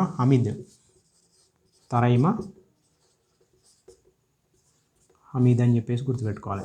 తరైమా హమీద్ ఫస్ట్ అరబ్ మహిళ అండి, ఫస్ట్ అరబ్ మహిళ. ఇట్లాంటి క్వశ్చన్స్ పడితే మనకి NDB డైరెక్టర్ బోర్డు సభ్యురాలుగా తరైమా హమీద్ అని చెప్పేసి గుర్తుపెట్టుకోవాలి. అరబ్ మహిళ. నెక్స్ట్ ఇటీవల మన వార్తల్లో ఉంది 13th మినిస్ట్రియల్ మీటింగ్ అధ్యక్షుడు అల్ జయాది. ఓకే, డబ్ల్యూటీఓ సంబంధించి ఇది ఫైనల్ మనకి అల్ జయాది. ఈ డబ్ల్యూటీఓ మనకి మీటింగ్ పెట్టుకుంటుంది కదా, దానికి సంబంధించి అల్ జయాది అధ్యక్షతన మనకి జరుగుతుంది. 13వ మినిస్ట్రియల్ మీటింగ్ అధ్యక్షుడు అల్ జయాది అని చెప్పేసి గుర్తుపెట్టుకోవాలి. రైట్, ఇది మనకు 2023 ఎకనామిక్స్ సంబంధించిన కరెంట్ అఫైర్స్ క్లాస్ మొత్తం అండి. ఇయర్ వైజ్గా జనవరి నుంచి మనకి డిసెంబర్ వరకు కంప్లీట్గా చూడడం జరిగింది. అది కూడా టాపిక్ వైజ్గా మనం చూసినాం. మనకి స్టార్టింగ్ ఏదైతే ఉందో నేషనల్ ఇన్కమ్ కాడ నుంచి లాస్ట్కి మనకు ఇంటర్నేషనల్ ఇన్స్టిట్యూషన్స్ ఉన్నాయి కదా, IMF కానీ, వరల్డ్ బ్యాంక్ కానీ, WTO కానీ, ఇట్లాంటి సంస్థల వరకు కూడా చూడడం జరిగింది. ఓకే, నెక్స్ట్ క్లాస్ కూడా మనం ఇయర్ రౌండ్ అప్గా ప్రతి టాపిక్ కూడా చేస్తామండి. ఈ పర్సన్స్ న్యూస్ కావచ్చు, అవార్డ్స్ కావచ్చు, అదేవిధంగా రిపోర్ట్స్ కావచ్చు, మనకి ఇంకా నియామకాలు అపాయింట్మెంట్స్ కావచ్చు, ఇట్లాంటి అంశాలు అయితే మనం చూస్తాం. స్పోర్ట్స్ కావచ్చు. 2023 ఇయర్ రౌండ్ అప్ అనేది ఖచ్చితంగా అవసరం. TSPSCకి సంబంధించిన క్వశ్చన్స్ ఎట్లా ఉంటాయి అంటే లాస్ట్ ఇయర్ కరెంట్ అఫైర్స్ కూడా మనకి చాలా ఇంపార్టెంట్. సో ఖచ్చితంగా మనం చూడాల్సి ఉంటుంది. జనవరి కాబట్టి ఇంకా మనకి ఎగ్జామ్స్ రీసెంట్గా ఉంటే ఖచ్చితంగా 23 కరెంట్ అఫైర్స్ మనకు మెయిన్ ఇంపార్టెంట్ అనేది ఉంటాయి.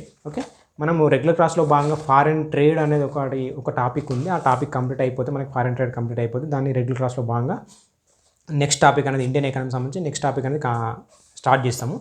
ఓకే, ఇవి అయితే మనకి ఈ ఇయర్ రౌండ్ అప్కి సంబంధించిన ప్రతి టాపిక్ అనేది మనం చేస్తూ ఉంటాం. ఖచ్చితంగా మీరు చాలా వెరీ ఇంపార్టెంట్ యూజ్ఫుల్ క్లాస్ అండి. మనకి జస్ట్ 1.5 అవర్ క్లాస్ అనేది ప్రతి టాపిక్కి. ఇది పెద్ద టాపిక్స్ కాబట్టి పాలిటీ ఎకనామీ అనేది ఇంత పెద్దగా ఉంటాయి, మిగతా టాపిక్స్ చిన్నగా ఉంటాయి కాబట్టి తక్కువ సమయంలోనే కంప్లీట్ చేసుకుంటాం. Okay, thank you.